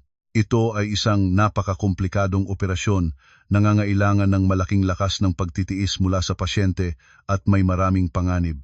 Maagang umaga ng araw ng operasyon, ang kalangitan ng Maynila ay puno ng mga asiwang ulap na kulay abo. Ang mga hangganas na hangin ng amihan ay pumasok sa bukas na bintana ng silid ng ospital na nagpapalakas ng aking pagkabalisa. Humingi ako ng matagal na pahinga sa kumpanya para manatili sa tabi ng kama ng aking ina nang hindi mahiwalay ang mga mata kahit isang sandali. Maingat na gumamit ng mainit na basahan para punasan ang mukha at kamay ng aking ina. Nagsumikap na magkuwento ng masasayang bagay para ilayo ang takot na malinaw sa tingin ng babaeng malapit nang pumasok sa pintuan ng kamatayan. Mahigpit na hinawakan ng aking ina ang aking kamay. Ang manipis na mga kamay na puno ng bughaw na ugat ay nagbibigay ng mahina ngunit mainit na init. Ngumiti siyang mahinahon at nagbigay ng utos mula sa pagkain at pag-aalaga ng kalusugan hanggang sa pag-uusap ng pamilya ng asawa. Nang nabanggit ng aking ina ang pamilya ng asawa, biglang nahintayan ang aking gulugod, isang malabong pagkabalisa ay pumasok sa aking isipan. Sa eksaktong sandaling iyon, ang telepono sa aking bag ay malakas na nagtunog. Nang makita ang pangalang biyenan na naglitaw sa screen, ang aking puso ay lumaktaw ng isang tibok. Ngayon ay ang araw ng handaan ng lolo ng aking asawa sa probinsya. Mula noong nakaraang linggo, maingat ko na silang tinawagan para humingi ng pahintulot kay Aling Carmen. Malinaw na ipinaliwanag ang mapanganib na kalagayan ng sakit ng aking ina at ang operasyon ni Inang Lorna sa araw na ito. Naglipat din ako ng malaking halaga sa account ni Hernandez. Pinagbilhan siya para sa aking kapakanan na bumili ng pinakamasustansyang handaan para ilunsad sa mesa ng pamilya bilang kabayaran sa kawalan ko. Si Hernandez noon ay sumasang-ayon at nangangako na makikipag-usap ng magaling sa kanyang ina para mapayapaan akong manatili sa ospital para alagaing si Inang Lorna. Ngunit ang tawag na ito ay nagdala ng isang bagong bagyo na ganap na kaiba sa aking inaasahan. Mabilis akong humakbang sa walang tao na pasilyo ng ospital, huminga ng malalim at sinagot ang tawag. Sa kabilang dako, ang tiksik at talas na boses ni Aling Carmen ay tumunog tulad ng isang kidlat sa tainga. Nanguna si Aling Carmen sa paghahanap ng tanong kung saan na ako at bakit hindi pa ako dumadating para alagaing ang handaan ng lolo nila. Sinaway niya ako ng mga pinakamalupit na salita. Sinabing kung saan ako nakakatawid sa ngayon at hindi pa nakita ang aking pagdating na may dala ng mga pagkain para sa handaan. Sinaway niya ako na walang igalang na manugang, walang pagtingin sa pamilya. Nagsasabi na dumating na ang lahat ng kamag-anak at umuupo na sa labas ng bakuran nang hindi maayos. Ang mga lalaki ay umiinom ng tubig, ang mga babae ay nagkakagulo sa kusina na walang nangangasiwa. Nagsikap akong pigilan ang galit na umaakyat sa aking lalamunan. Ang boses ay nanginginig, ngunit pinilit ko ang sariling maging mahinahon. Niliwanag ko muli kay Aling Carmen. Sinabi ko sa kanya na ngayon ay ang araw na ang aking ina ay kailangan ng operasyon para alisin ang tumor. Ang kalagayan ay mapanganib na mapanganib. Nag-abiso na ako at humingi ng pahintulot mula sa biyenan mula noong nakaraang linggo at ipinagkatiwala ang lahat sa bahay kay Hernandez. Pakiusap po, unawain ang aking kalagayan ngayon. Hayaan po ninyo akong manatili para abangan ang aking ina na lumabas sa operasyon at maging ligtas ito. Bukas ay agad akong babalik sa probinsya para humingi ng tawad sa pamilya at angkatan. Ang aking malinaw at nakaaapekto na mga pagpapaliwanag ay ganap na tinanggihan ni Aling Carmen nang walang habag. Tumatawa siyang may kaunting pagkabigo at nagtataboy ng mga malupit na salitang hindi ko mapaniniwalaan na nagmula sa bibig ng isang taong nagtatawag sa kanyang sarili na ina. Malinaw na sinabi ni Aling Carmen sa bawat salita, "Huwag mong gamitin ang karamdaman bilang pagbabanta sa akin. Ang handaan ng angkatan ay isang malaking bagay ng pamilyang ito. Ikaw ay manugang ng panganay, kailangan mong dumalo. Ang sakit ay bahagi ng buhay, may mga doktor at nurse sa ospital. Hindi mo hawak ang kutsilyo ng operasyon para palitan ng doktor, di ba? Ang handaan ng angkatan ay minsan sa 1 taon lamang at kung hindi gagawin ng maayos, pagagalitan tayo ng mga ninuno." Sa huli, nagbigay si Aling Carmen ng ultimatum. Pinilit akong agad na sakay ng bus para umuwi ng umaga. Kung hindi, huwag na akong bumalik sa kanilang bahay. Nang ibaba ang tawag, nakatayo akong nakahandusay sa malamig na pasilyo, 2 linya ng luha ng sama ng loob ang umaagos. Ang kawalang damdamin at kabagsikan ng pamilya ng asawa ay lampas na sa aking kakayahang isipin, naghahatid ng isang pabigat na suntok sa manipis na pananampalatayang espiritual na matagal ko nang inalagaan. Nakatayo akong sumiksik sa malamig na dingding ng ospital, ang mga kamay ay yakap ang mukha na basa sa luha. Ang galit ay umapaw sa aking dibdib na nagpapahinging kayo-kayo. Nagalit ako sa kabagsikan ni Aling Carmen, nagalit sa duwag at walang responsibilidad na asawang si Hernandez at nagalit sa aking sarili dahil sa kabobohan ko sa pagpasok sa impyernong ito, sa mundong ito. Mabilis na kinuha ang tissue para punasan ang luha sa pisngi, pinilit na makagawa ng pinakamahinahong ngiti na maaari bago itulak ang pintuan para pumasok muli sa silid ng pasyente. Ayaw kong ang aking ina, ang taong nagdadala ng mapanganib na sakit at handa nang harapin ang malaking operasyon, ay mag-alala pa rin dahil sa mga abala ng kanyang anak na babae. Ngunit ang instinct ng isang ina ay palaging kahanga-hangang malinaw. Nang pumasok ako, ang unang nakita ko ay si Inang Lorna na nagpupumiglas para tumayo sa kama ng ospital. Ang mukha ay maputlang maputi at ang paghinga ay napakahirap. Sa pamamagitan ng hindi ganap na closed na glass partition, narinig niya ang bahagyang tunog ng pagtatalo mula sa aking telepono sa labas ng pasilyo. At ang masamang pagmumukha ko ngayon ay nagsabi ng lahat ng katotohanan. Bago pa man makapagsalita ako para magpaliwanag, ang aking ina ay umaabot na sa mga nanginginig na kamay para kuhanin ang telepono mula sa aking mga kamay. Nagsali-saliwang naghanap sa listahan ng kasaysayan ng tawag, pinindot ang buton para tumawag muli sa numero ni Aling Carmen nang may matinding pagkalito. Nagmadali akong lundag para kunin ang telepono. Ang bibig ay patuloy na nagmamakaawa, "Ina, humiga ka at magpahinga, ihanda ang katawan para sa operasyon." Ngunit ang aking ina ay gumamit ng natitirang lakas para itulak ng malakas ang aking kamay. Ang mga mata niya ay napakadeterminado. Sa kabilang dako, hindi pa man nabibigyan ng pagkakataon si Aling Carmen na pagtaasan ang boses, ang aking ina ay mabilis na nagsalita na. Ang boses ni Inang Lorna ay nanginginig sa pagiyak, nilayuan ang sarili niya sa pinakamarkahan ng kanyang pagpapahalaga. Tinawag ni Inang Lorna si Aling Carmen bilang ate ng napakamagalang. Ang aking ina ay sabay na umiiyak at tinatanggap ang lahat ng responsibilidad. Sinasabi niyang si Maya ay bata pa at hindi pa lubos na naiintindihan ang mataas na pamantayan ng pamilya ng panganay. Hinihiling niya kay Aling Carmen na maging maawain at patawarin ang kanyang anak na babae. Sinubukan ng aking ina na hanapin ang isang dahilan para makaakit ng awa ni Aling Carmen. Sinabi niyang dahil siya ay may karamdaman at nakalimutan at hindi alam, sinadya niyang pinanatili akong ospital para sa maliliit na trabaho, ngunit ang talagang hangarin ko ay gustong umuwi para alagaing ang handaan. Hiniling ng aking ina kay Aling Carmen na huwag sisihin at himagsikan ang kanyang anak dahil sa bagay na ito. Nangako siyang agad na papabalikin ako para mag-package ng mga gamit, tumawag ng sasakyan at umuwi para maglingkod sa handaan sa umaga.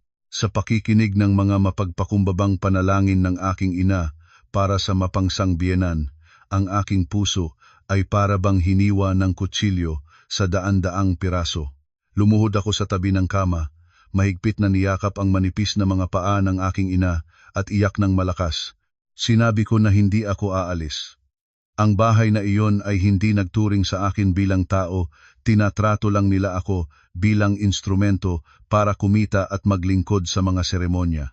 Gumastos na ako ng malaking pera para sa kanilang mga handaan at nagtiis sa lahat ng bagay para hingin ang kabutihan para sa aking ina. Ngunit sa araw ng buhay at kamatayan na ito ng aking ina, walang awa nilang pinilit akong iwan ang aking ina ng nag-iisa. Magdidiborsyo na ako, pagdadaanan ng kahihiyan na umalis ang asawa, ngunit ganap na hindi ko maiiwanan ang aking ina sa ospital sa ganitong sitwasyon. Nang makita niya ang aking matibay na pagtutol, si Inang Lorna ay biglang naging matinding nagalit. Inalis niya ang IV drip mula sa likod ng kanyang kamay na nagpatulo ng dugo sa bed linen. Tumingin siya sa akin ng matapang. Ang boses ay naging matinis na puno ng banta.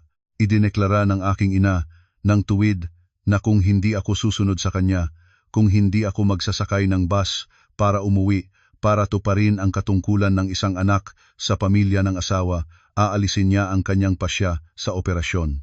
Sinabi niyang mas mabuti pa siyang mamatay sa kwartong ito kaysa mabuhay at makita ang kanyang anak na inaalis ng asawa at tinatanggal sa pintuan ng pamilya ng asawa dahil sa kasalanang hindi naging isang mabuting anak.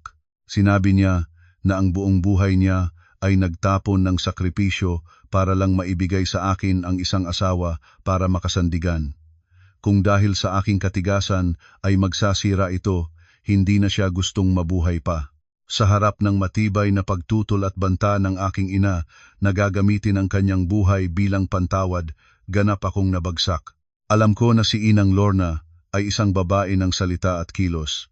Ang bulag na sakripisyo niya ay nagmumula sa walang hanggang pagmamahal sa kanyang anak, ngunit aksidenteng itinulak ako sa isang sitwasyong wala ng exit. Kinagat ko ng matindi ang labi hanggang dumugo, mabilis na pinunasan ang mapait na luha sa pisngi, at dahan-dahang nagsimula ng pagpakialaman ang bag. Lumakad akong parang isang walang kaluluwa mula sa silid ng ospital, iniwan ang aking minamahal na inang humihingal na naghihintay sa mapagpasyang operasyon. Sumakay ako sa magulong at siksikang bus na patungo sa malayo-layong probinsya, dalang kahihiyan at isang puso na ganap na naging malamig. Ang buhay ay napakahindi makatarungan. Ginamit ko ang lahat ng aking kayamanan at pagpapahalaga sa sarili para kapalit ang buhay ng aking ina, at sa huli ay ang aking ina mismo ang kailangang magdala ng kanyang sakit na katawan para harapin ang kahihiyan para sa akin. Mula sa mapait na araw na iyon ng pag-iiwan sa aking inang nag-iisa sa operating room para tumakbo sa probinsya para maglingkod sa handaan ng pamilya ng asawa, ang aking puso ay tila naging napakatigas sa kalahati. Ang pangalawang operasyon sa tiyan ni Inang Lorna ay matagumpay na, ngunit ang kalusugan ng aking ina ay malubha. Nakahiga siya sa ospital na halos mahina na lang ang paghinga, tulad ng isang kandila na malapit ng maubusan ng mantika. Sinabi ng doktor na ang katawan ng aking ina ay masyadong mahina para tumanggap ng anumang karagdagang round ng chemotherapy. Ngayon ay gumagamit na lamang ng suporta ng gamot at umaasa sa kalooban ng pasyenteng mabuhay. Masakit ang pagtingin ko sa aking inang naging buto na lamang at balat. Sa bawat gabi ay lihim na pumunta sa banyo ng ospital, ibababa ang gripo at iyak ng walang ingay. Inisip ko ang sarili ko na isang mabisyong anak na nagkukulang sa responsibilidad, inisip ang aking bulag na paniniwala at walang katotohanan na espiritual na kalkulasyon na nagnakaw ng pinakamahalagang sandali. Dapat ay naroroon ako sa tabi ng aking ina. Ngunit ang pag-ikot ng mga handaan sa pamilya ng asawa ay hindi huminto dahil sa aking pagsisisi. Ngayon ay isang araw ng katapusan ng linggo muli at palapit na ang isa pang malaking handaan ng angkatan ng pamilya ni Hernandez. Ayon sa schedule na ibinigay ni Aling Carmen mula simula ng taon, ito ay handaan ng ika-4 na pinuno ng angkatan na nangangailangan ng pinakamasustansyang hapag para imbitahan ang mga panauhin mula sa buong barangay. Tinawag niya ako ni Hernandez kahapon, pinagbilhan akong pumunta sa supermarket para bumili ng mga item ng seremonya at magpadala ng bus ng maaga. Abala siya sa pag-iinom kasama ang mga bisita kaya hindi siya makapunta sa Maynila para sunduin ako. Maaari ko lamang buntong hininga, dahan-dahang ilagay ang bank card sa bag at patuloy na gumanap ng papel ng isang matapat na manugang na nagtitiis. Itinulak ko ang cart habang naglalakad sa mga pasilyo ng isang malaking supermarket sa sentro ng lungsod. Mabigat ang aking mga paa, ang isip ay pagod na pagod pagkatapos ng maraming gabi ng pagbabantay sa sakit na ina. Pinipili ko ang mga mahal na imported na karne, mga lutong manok na gintong kulay, mga nag-aalab na basket ng exotic na prutas na puno ng cart ko. Ang pera, ngayon para sa akin, ay mga walang kaluluwa na numero. Gumastos ako ng libu-libong piso para bumili ng mga seremonya para sa mesa ng pamilya ng asawa. Ang puso ay puno ng nalunod na sama ng loob. Tinanong ko sa sarili ko kung ang mga ninuno ng pamilya nila na kumakain ng masasarap na pagkaing ito ay mauunawaan ang hirap at luha ng isang manugang na nauubos araw-araw. Habang abalang pinipili ang ilang mamahaling bote ng alak na hinihingi ni Aling Carmen, ang telepono sa aking jacket pocket ay biglang paulit-ulit na nagtunog. Ang screen ay nagniningning ang numero ng intensive care unit ng ospital. Isang malamig na agos ang tumakbo sa aking gulugod na nagpapanginig sa buong katawan. Nanginginig ang aking mga kamay nang pinindot ang button para sagutin ang tawag. Sa kabilang dako ay ang nagmamadali at seryosong boses ng doktor na direkta na nag-aalaga sa aking ina. Inabisuhan niya akong si Inang Lorna ay bigla na nangisay at ang tibok ng puso ay bumaba ng seryoso, kasalukuyang dinala siya sa emergency room para iligtas ang buhay. Hiniling ng doktor sa akin na agad na marors para pumirma ng papeles na nagpapahintulot sa mga komplikadong pamamaraan ng medisina. Dahil ang kalagayan ng aking ina ay ngayon ay nasa bingit ng kamatayan. Ang 2 tainga ko ay naging tuli, ang mundo sa paligid ko ay gumuho ng ganap sa harap ng aking mga mata. Ang malambot na musika ng supermarket, ang malakas na boses ng mga mamimili sa paligid ko ay naging magkakahalo at nakakasakit na ingay. Ibinaba ko ang aking mga kamay, ang mamahaling bote ng alak ay nahulog at nagbasag sa makiniliyang sahig na nagwasak sa mga piraso. Ang likidong kulay amber ay kumalat sa lahat ng direksyon. Hindi ko pinansin ang mga mangyakmak na tingin at mga sigaw ng pagkalito ng mga nakapaligid at hindi na rin nagabala sa cart na puno ng mga item ng handaan na nagkakahalaga ng libu-libong piso. Iniwanan ko ang lahat, lumipat ng direksyon at lumabas nang mabilis tulad ng isang alinlangan mula sa pintuan ng supermarket. Ang langit ng Maynila ay bigla na nagpapatak ng ulan. Tumakbo akong mabilis sa kalye, patuloy na humahalwo sa isang taxi na dumadaan. Nakaupo sa sasakyan, patuloy akong nagpapabilis sa driver. Ang luha ko ay bumabagsak ng walang tigil, halo ng mga patak ng ulan na tumatambol sa bintana ng kotse. Sa aking isipan ngayon ay mayroon lamang imahe ng aking ina. Sumisigaw ang aking puso para sa Diyos na huwag dalhin ang aking ina. Nangako ako sa sarili, kung sa pagkakataong ito ay ligtas na makakalamang ang aking ina, hindi ko na siya papayagan pang makaranas ng kahit anong kahihiyan. Ang matinding pagkalito ay sumasiklab sa aking dibdib, ginagawang isang mabagal na pelikula ang daan mula sa supermarket hanggang sa ospital na puno ng nakakaalab at nakakatakot na mga sandali ng aking buhay. Ang taxi ay malakas na nag-brake sa harapan ng ospital, ang mga gulong ay nagpapatungo sa kalsada na gumagawa ng malakas na tunog. Itinulak ko ang pintuan ng sasakyan, naglunsad sa maputing ulan, hindi pinansin ang basa ng damit sa basa ng lupa, tumakbo ng mabilis sa mahabang pasilyo na amoy disinfectant.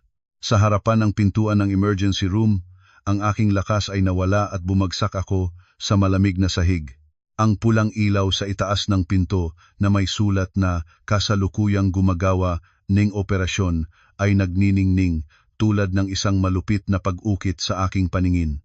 Sa pamamagitan ng maliit na bintana sa nakasirang pinto, malabo kong nakikita ang mga doktor at nurse na nakapaligid sa kama ng aking ina. Ang paulit-ulit na beep mula sa heart monitor ay tumutunog palabas ng silid, tuyo at puno ng takot. Ibinaba ko ang ulo sa aking mga tuhod, magkasama ang mga kamay para manalangin ng may kawalan ng pag-asa. Sa eksaktong sandaling iyon, ang telepono sa aking bulsa ay muli na naman nanginginig. Nagmamadali akong kunin ang telepono, umaasa na iyon ay isang tawag mula sa loob ng silid ng ospital na nagpapaalam na ligtas na ang aking ina. Ngunit hindi ang screen ay nagpapakita ng biyenan at ang aking puso ay lumubog, isang bagong alon ng pagkainis at galit ay umapaw ng paulit-ulit. Pinindot ko ang sagot, inangat ang telepono sa tainga nang hindi nakapagsalita ng kahit isang salita. Agad, ang maingay at galit na boses ni Aling Carmen ay tumalab sa aking sentido. Malakas na tinanong ni Aling Carmen kung nasaan na ako at bakit hindi pa makita ang aking pagdating na may dala ng mga gamit. Sinabihan niya ako na lahat ng kamag-anak at mga ninuno ay dumating na, ang mga plato ay nakalatag na sa bakuran, ngunit wala pang isang putahe o isda para iluto. Tinawag niya ako na isang sira at buwaya ng manugang, dinadala lang ng pamilya para mapahiya sila.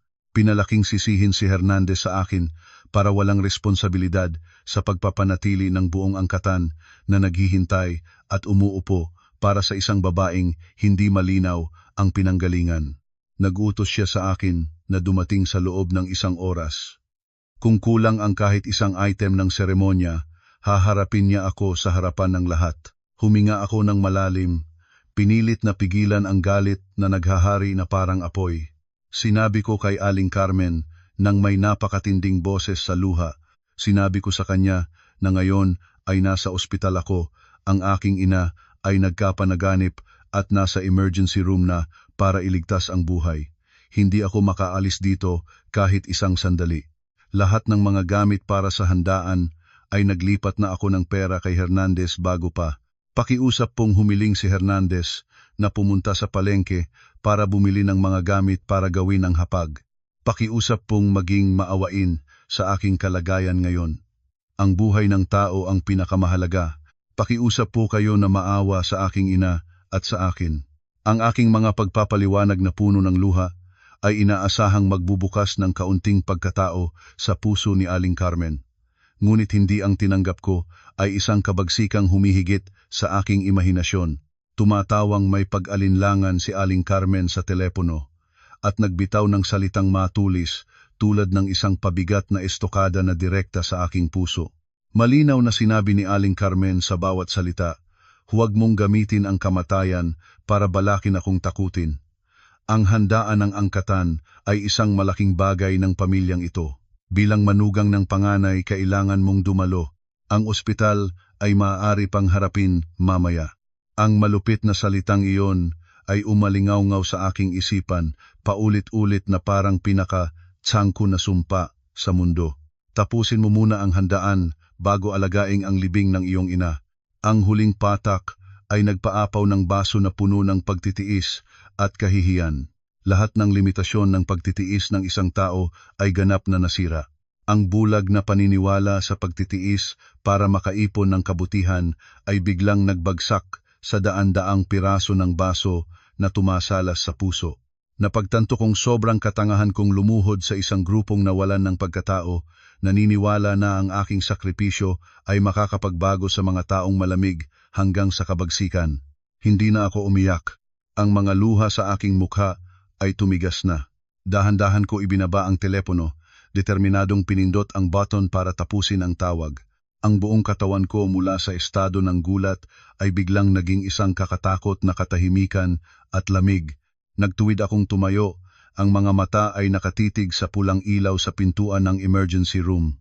Ang puso ko ay malinaw na higit sa dati. Hindi ko na maaaring patuloy gamitin ang aking buhay, gamitin ang dignidad ng aking ina para maglingkod sa ganoong mapangsang pamilya. Ang marriage certificate na ginastos ko ng libo-libong piso para makuha ngayon ay parang isang mapanganib na piraso ng basura. Naghihintay para sa ilaw ng emergency na mapatay. Naghihintay para sa doktor na abisuhan akong ligtas na ang aking ina. Dahan-dahan ko binuo sa aking isipan ang isang plano, tapusin ang lahat. Ako, si Maya, isang 30 taong marangyang babae ng Maynila, oras na para tumayo at ibalik ang lahat ng mapait na utang sa napakabulok na pamilyang iyon ni Hernandez. Ang laban na ito ay talagang mananalo ako. Ang masamang tunog ng telepono ay paulit-ulit na tumunog ng tuyo at pagkatapos ay tahimik. Nakatayo akong nakakulong sa harapan ng pintuan ng emergency room, ang buong katawan ay nanlamig. Ang malupit na salita ni Aling Carmen ay patuloy na gumalaw sa tainga ko tulad ng isang matulis na kutsilyo. Biglang nagbukas ang pintuan ng emergency room at lumabas ang punong doktor. Ang noo ay basa ng pawis pagkatapos ng mahirap na operasyon. Inalis niya ang kanyang mask, huminga ng ginhawa at naghatid ng magandang balita na ang aking ina ay pansamantalang ligtas na. Ang tumor na nagdulot ng komplikasyon ay naayos. Ang tibok ng puso at blood pressure ni Inang Lorna ay unti-unting nag-stabilize na. Pinalinawan niya akong dapat ingatan ng husto ang tahimik na kapaligiran para makapagpahinga ang aking ina, ganap na hindi papayagan ang anumang matinding emosyon. Sa mga salitang iyon, ang mga binti ko ay naging malalambot.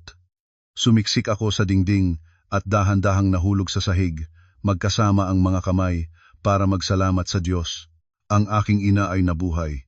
Ang liwanag ng buhay ay minsan pa ay nagliwanag sa nagpapagalaw na katawan ng aking kaawa-awang ina. Nang lumipas ang takot na mawala ang aking ina, ang puso ko ay biglang naging kakatakot na tahimik. Ang katahimikan ng isang kalmadong dagat bago ang malaking bagyo, ang katahimikan ng isang taong kalalabas lamang sa gumugulo. Nakaupo ako sa stone bench sa labas ng pasilyo, tumingin sa manipis na puting ulan sa labas ng bintana. Napagtanto ko na nagkamali ng napakalubha. Noon ay naisip ko na basta mababa akong magtiis at magpakumbaba, tangapin ang lahat ng pahirap ng pamilya ng asawa, ang Diyos ay makilala ang aking katapatan at pagpalain ang aking ina. Nalilito akong ang aking pagtitiis ay isang uri ng pag-iipon ng kabutihan, ngunit nakalimutan ko ang isang pangunahing katotohanan sa buhay. Ang pagkukusa sa kasamaan ay kabagsikan sa aking sarili. Ang paglilingkod sa mga taong tulad ni Aling Carmen at sa duwag na asawa na iyon ay hindi naglikha ng kahit isang pagpapala. Ginawa lamang nito akong isang kasabwat sa pagdurura sa dignidad ng ina na nagsilang sa akin. Pinunasan ko ang huling luha sa pisngi. Mula sa sandaling ito ay hindi na maghuhulog ng kahit isang luha para sa nabubulok na pamilyang iyon ni Hernandez. Inilabas ko ang telepono, mahinahon na nahanap ang numero ng Abogado Santos, isang kaklase noong kolehiyo na kasalukuyang may kilalang opisina ng abogado sa Maynila na espesyalista sa family law. Nang sagutin ng kabilang dako, direkta akong nagsalita. Hiniling ko kay Abogado Santos na mabilis na gumawa para sa akin ng isang petition para sa unilateral na diborsiyo.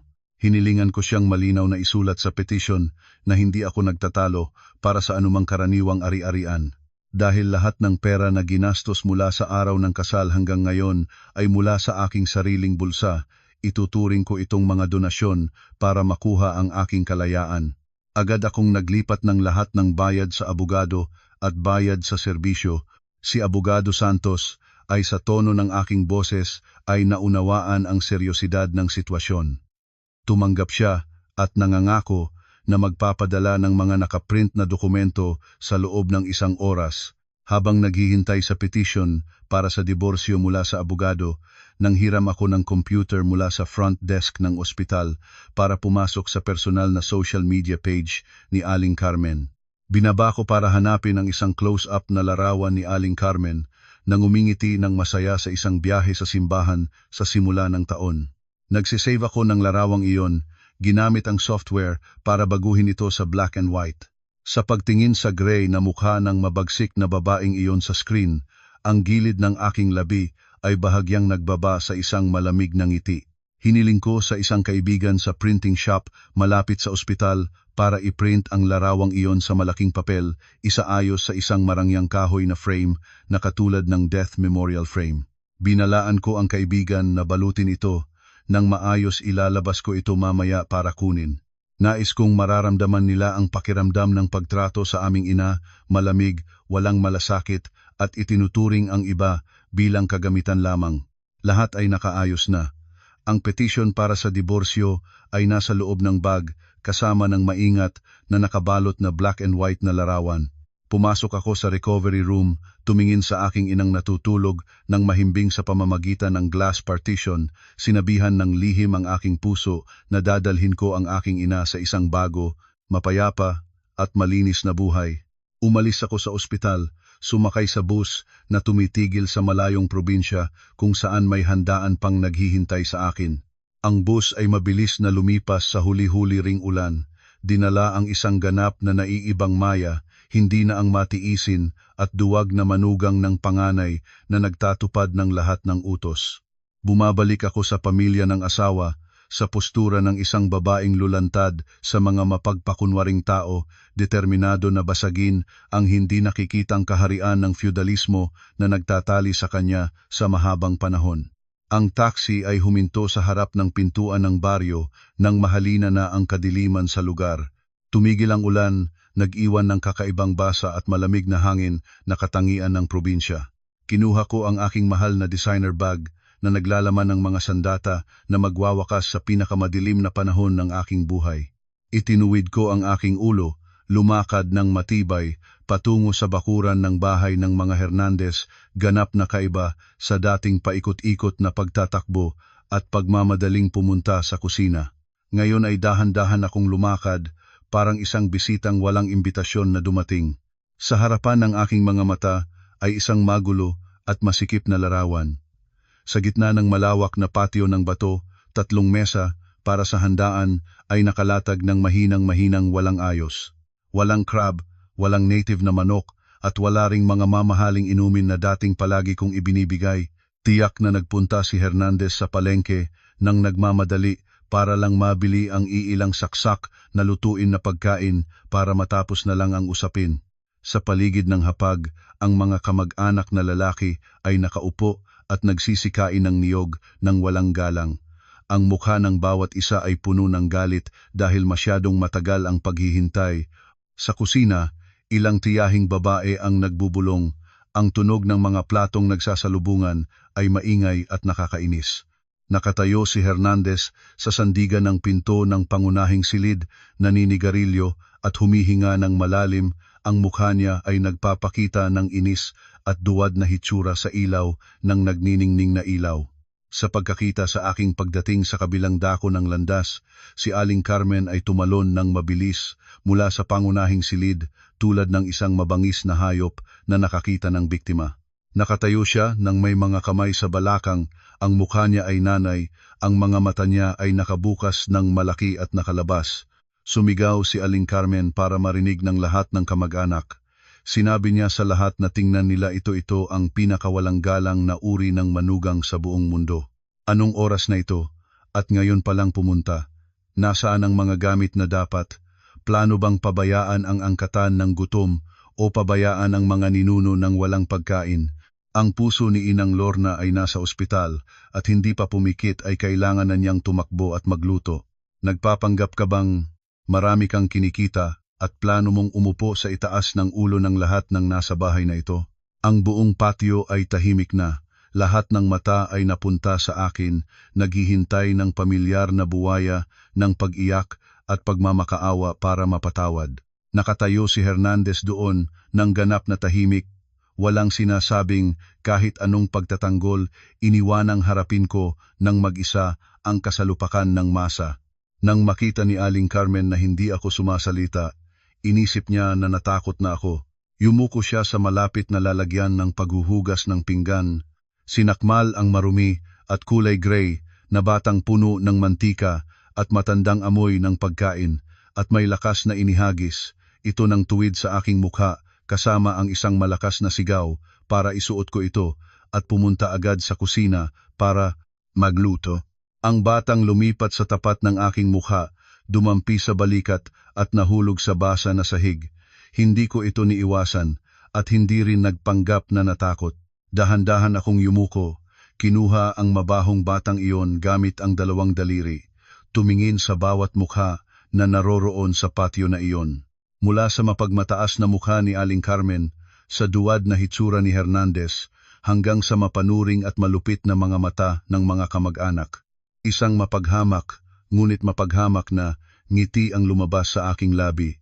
Mahigpit na hinawakan ang 2 gilid ng batang. Inilabas ang lahat ng lakas ng isang babaeng pinagtulak hanggang sa dulo. Mabilis na hinila ang aking 2 kamay sa magkabilang direksyon. Isang matulis na tunog ng pagkapunit ay pumutol sa nakakaapak na hangin, pinitas ang katahimikan. Ang makapal na batang ay napunit sa 2 piraso. Inihagis ko ng malakas ang mga nasira at nagunam-gunam na piraso ng tela sa ilalim ng paa ni Aling Carmen. Ang mga mata na matalas tulad ng kutsilyo ay nakadikit sa maputlang na tigilan na mukha niya. Itinuwid ko ang baba, malinaw na itinaas ang tinig, bawat salita ay lumabas ng malinaw, matatag at makapangyarihang nag-echo sa buong lugar. Sinabi ko kay Aling Carmen na pakikinig ng mabuti. Mula ngayon, at sa harap, hindi na ako manugang ng bahay na ito. Huwag nang gamitin ang titulo ng panganay na angkatan para takutin ako. Sino man kayong iniisip na kayo para pilitin akong maglingkod. Sa nakalipas na maraming buwan, ang pamilya ninyo ay kumain mula sa pera na kinita ko, kumain mula sa mga hapag na aking binili. Tinuturing ninyo akong aliping walang bayad. Itinuturing ang aking paggalang bilang katangahan para samantalahin. Nagtiis ako dahil mahal ko ang aking inang may sakit. Ngunit walang awa kayong bumitiw ng salita. Pilit na pabalikin ang aking ina mula sa ospital para alagaing ang handaan ng inyong mga ninuno. Ngayon, si Maya ay opisyal na humiwalay, walang handaan, walang kamag-anak, walang pamantayan ng pamilya o anumang tradisyon. Itinuwid ko ang ulo, marangyang lumakad ng lampas sa mga nag-unam-gunam na piraso ng tela, nagtutuloy ng tuwid patungo sa pangunahing silid kung saan nakalagay ang mesa ng mga ninuno para ihanda ang panghuling kampana sa mapangunahi at mapangsang pamilyang ito. Binabaliwala ang gulat na tingin ng masa at ang napuputlang mukha ni Aling Carmen sa galit. Lumiko ako at dahan-dahang humakbang pataas sa pulang bato na hagdan patungo sa pangunahing silid. Doon, ang mesa ng mga ninuno ng pamilya Hernandez ay nakaayos ng marangya at maliwanag. Ang usok ng insenso ay umaakyat pataas sa kisame, ang mabangong usok ay sumasaklaw sa maliwanag na lugar. Sa gitna ng espasyo sa harap ng mesa ay isang napakamasustansyang hapag ng seremonya na puno ng mga sagradong pagkain na mataas tulad ng bundok. Tiyak na kailangan ni Hernandez na ubusing lahat ng pera sa kanyang bulsa para bilhin ang handaan ng pinuno ng angkatan na ito para mapanatili ang pagkakakilala sa mga matatanda na katulad ng dating ginawa ko. Isang puting manok na inihurno ng may kulay gintong balat, isinaing na kanin na may maliwanag na dekorasyon, isang sopas ng nakakain na bagay, at mga mamahaling bote ng alak na nakaayos ng maayos sa tabi ng basket ng imported na prutas. Nakatayo akong kinakaharap ang marangyang hapag na iyon, malamig na tinitingnan ang bawat piraso ng pagkain na walang kaluluwa na iniaalok sa mga patay na ninuno. Ang puso ko ay apaw ng matinding galit. Ang mga masustansyang pagkain ito, ang mga ritual na handaan na ito ay ginawa gamit ang aking pawis, luha, at mga pisong puno ng dugo sa loob ng napakaraming buwan. Ninakaw nila ang aking karapatan bilang isang mapagmahal na anak. Pinilit ako na iwanan ang aking sakit na ina para maglingkod at yumuko sa mga kagamitang ito.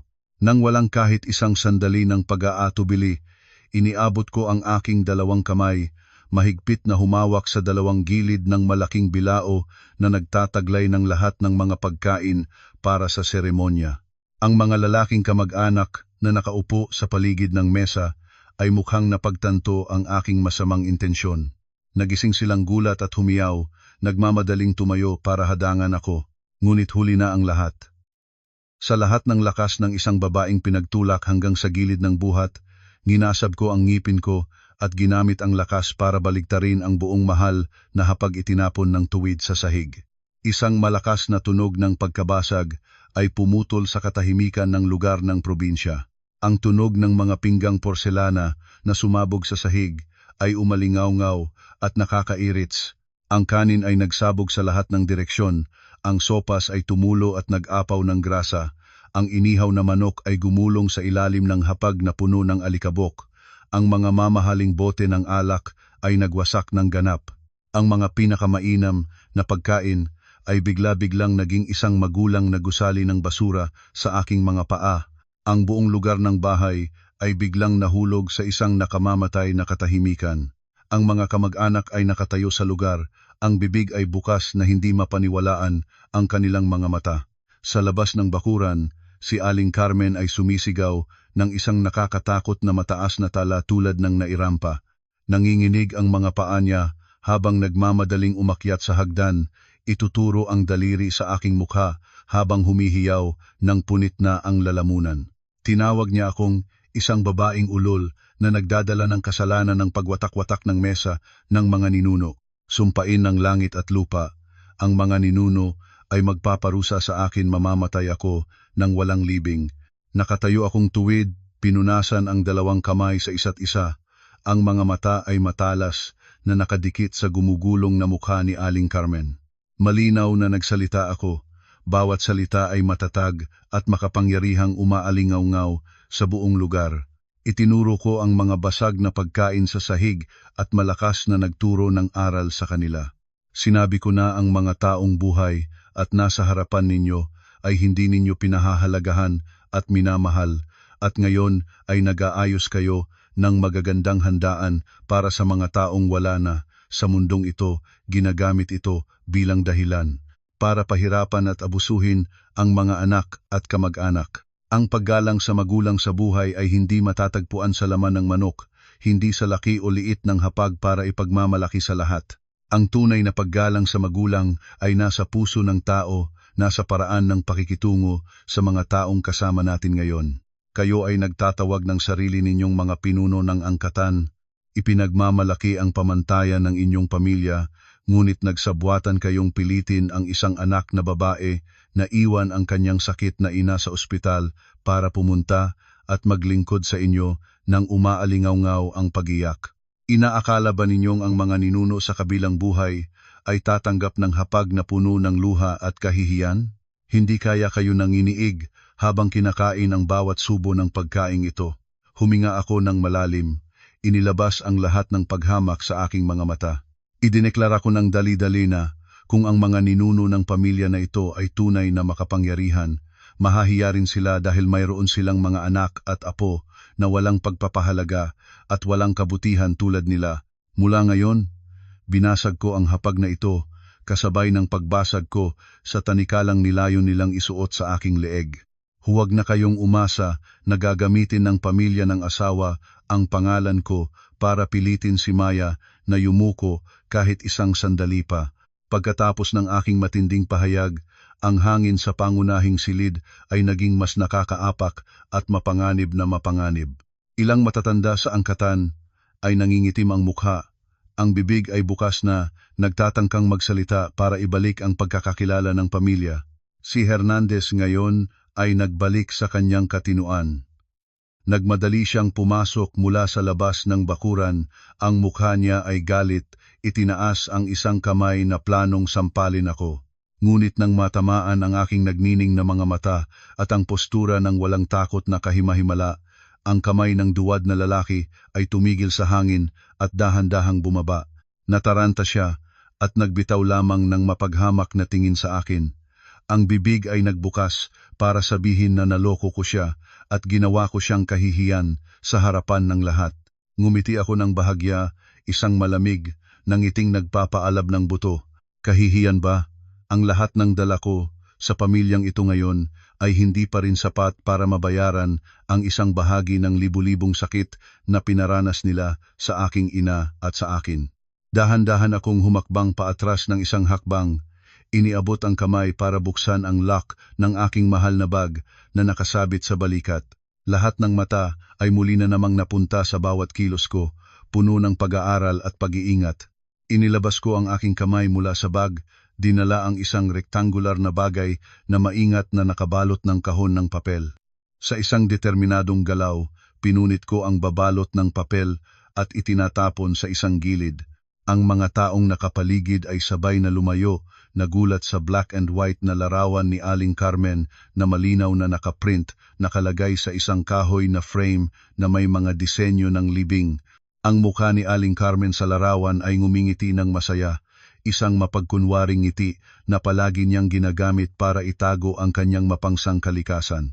Nang makita ang kanyang sariling mukha na nakatrono sa memorial na frame para sa mga patay, si Aling Carmen ay napaliyad, nagpiga ng malakas na paghinga, at parehong mga kamay ay humawak sa dibdib nang humihingal. Nahina ang kanyang mga paa at malapit nang mabuwal kung hindi nakinig at naabutan ng ilang tiyahing babae na nakatayo sa likod niya.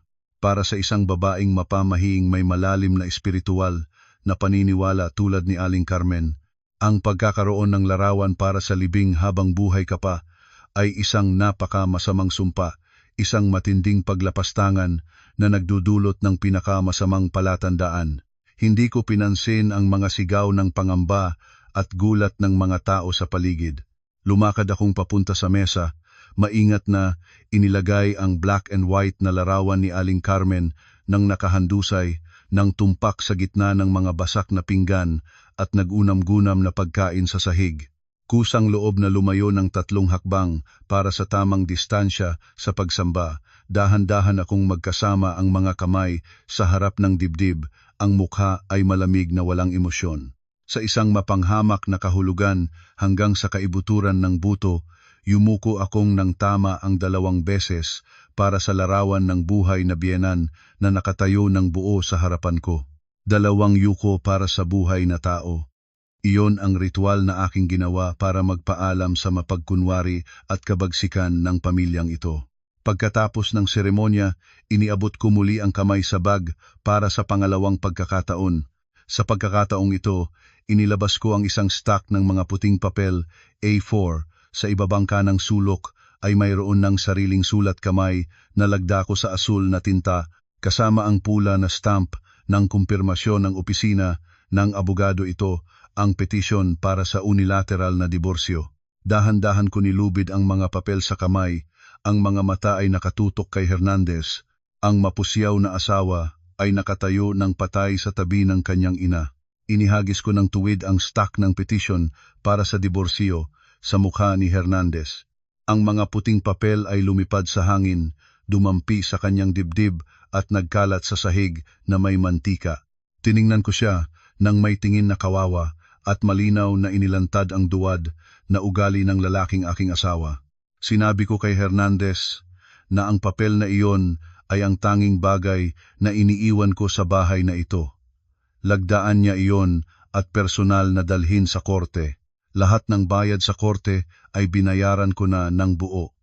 Mula ngayon, kami ay ganap na pumuputol ng lahat ng relasyon. Siya ay isang duwad na lalaki lamang, ginagamit ang pangalan ng panganay ng angkatan para itago ang kanyang kahinaan, nagtatago sa likod ng matandang ina para manabok ng lakas ng asawa. Hindi siya karapat-dapat na maging asawa ko at higit sa lahat, hindi siya karapat-dapat na igalang ng kahit anong babae. Ang pera na ginastos ko sa pagbili ng mga seremonya at pagkain para sa pamilya niya sa mahabang panahon, ituturing ko itong pera ng donasyon para mabili ang kapayapaan ng aking buhay at ng buhay ng aking ina.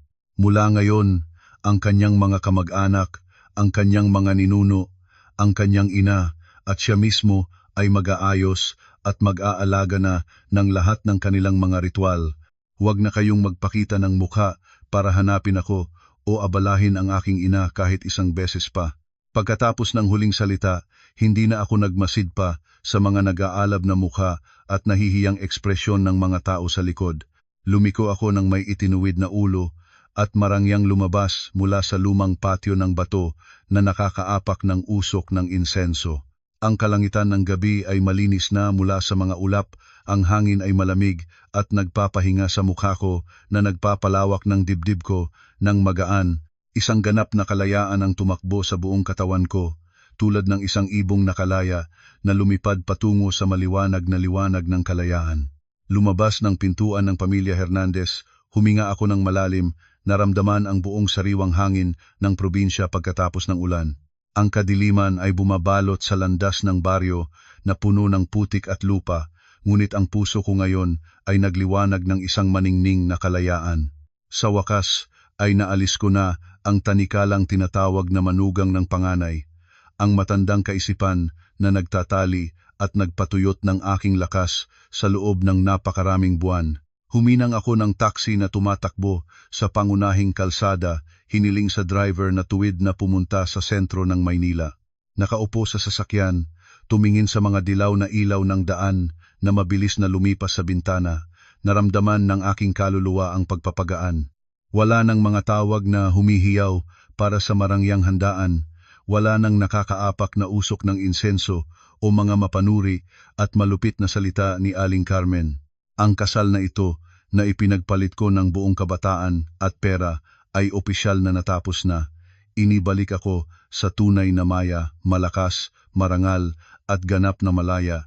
Kinabukasan ng umaga, nagpunta ako sa intensive care unit ng ospital na may ganap na bagong puso.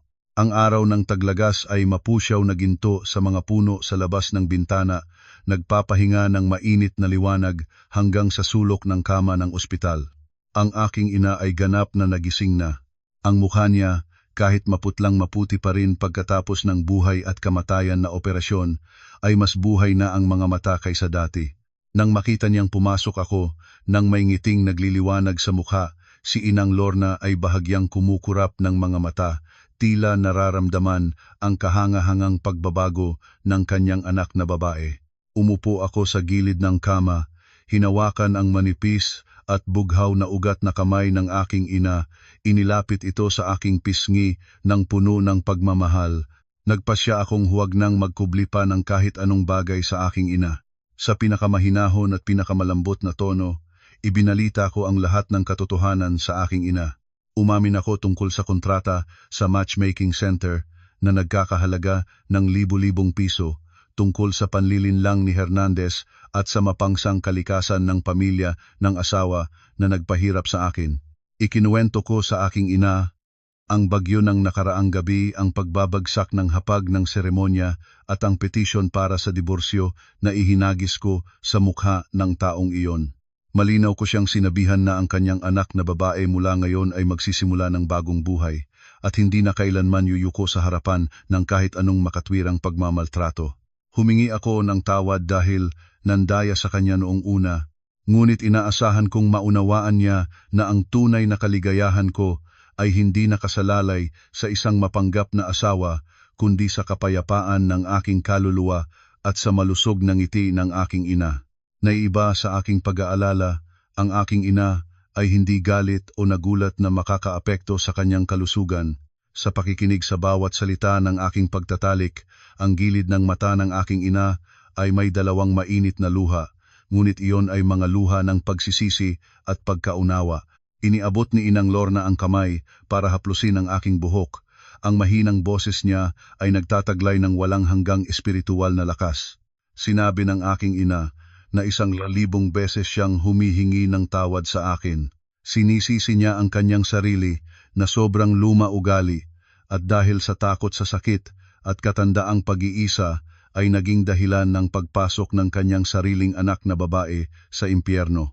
Sinabi niya na narinig na niya ang mga walang pagpapahalaga na salita ni Aling Carmen sa telepono at napagtanto niyang ang kanyang bulag na sakripisyo ay malapit nang pumatay ng buhay ng kanyang anak na babae.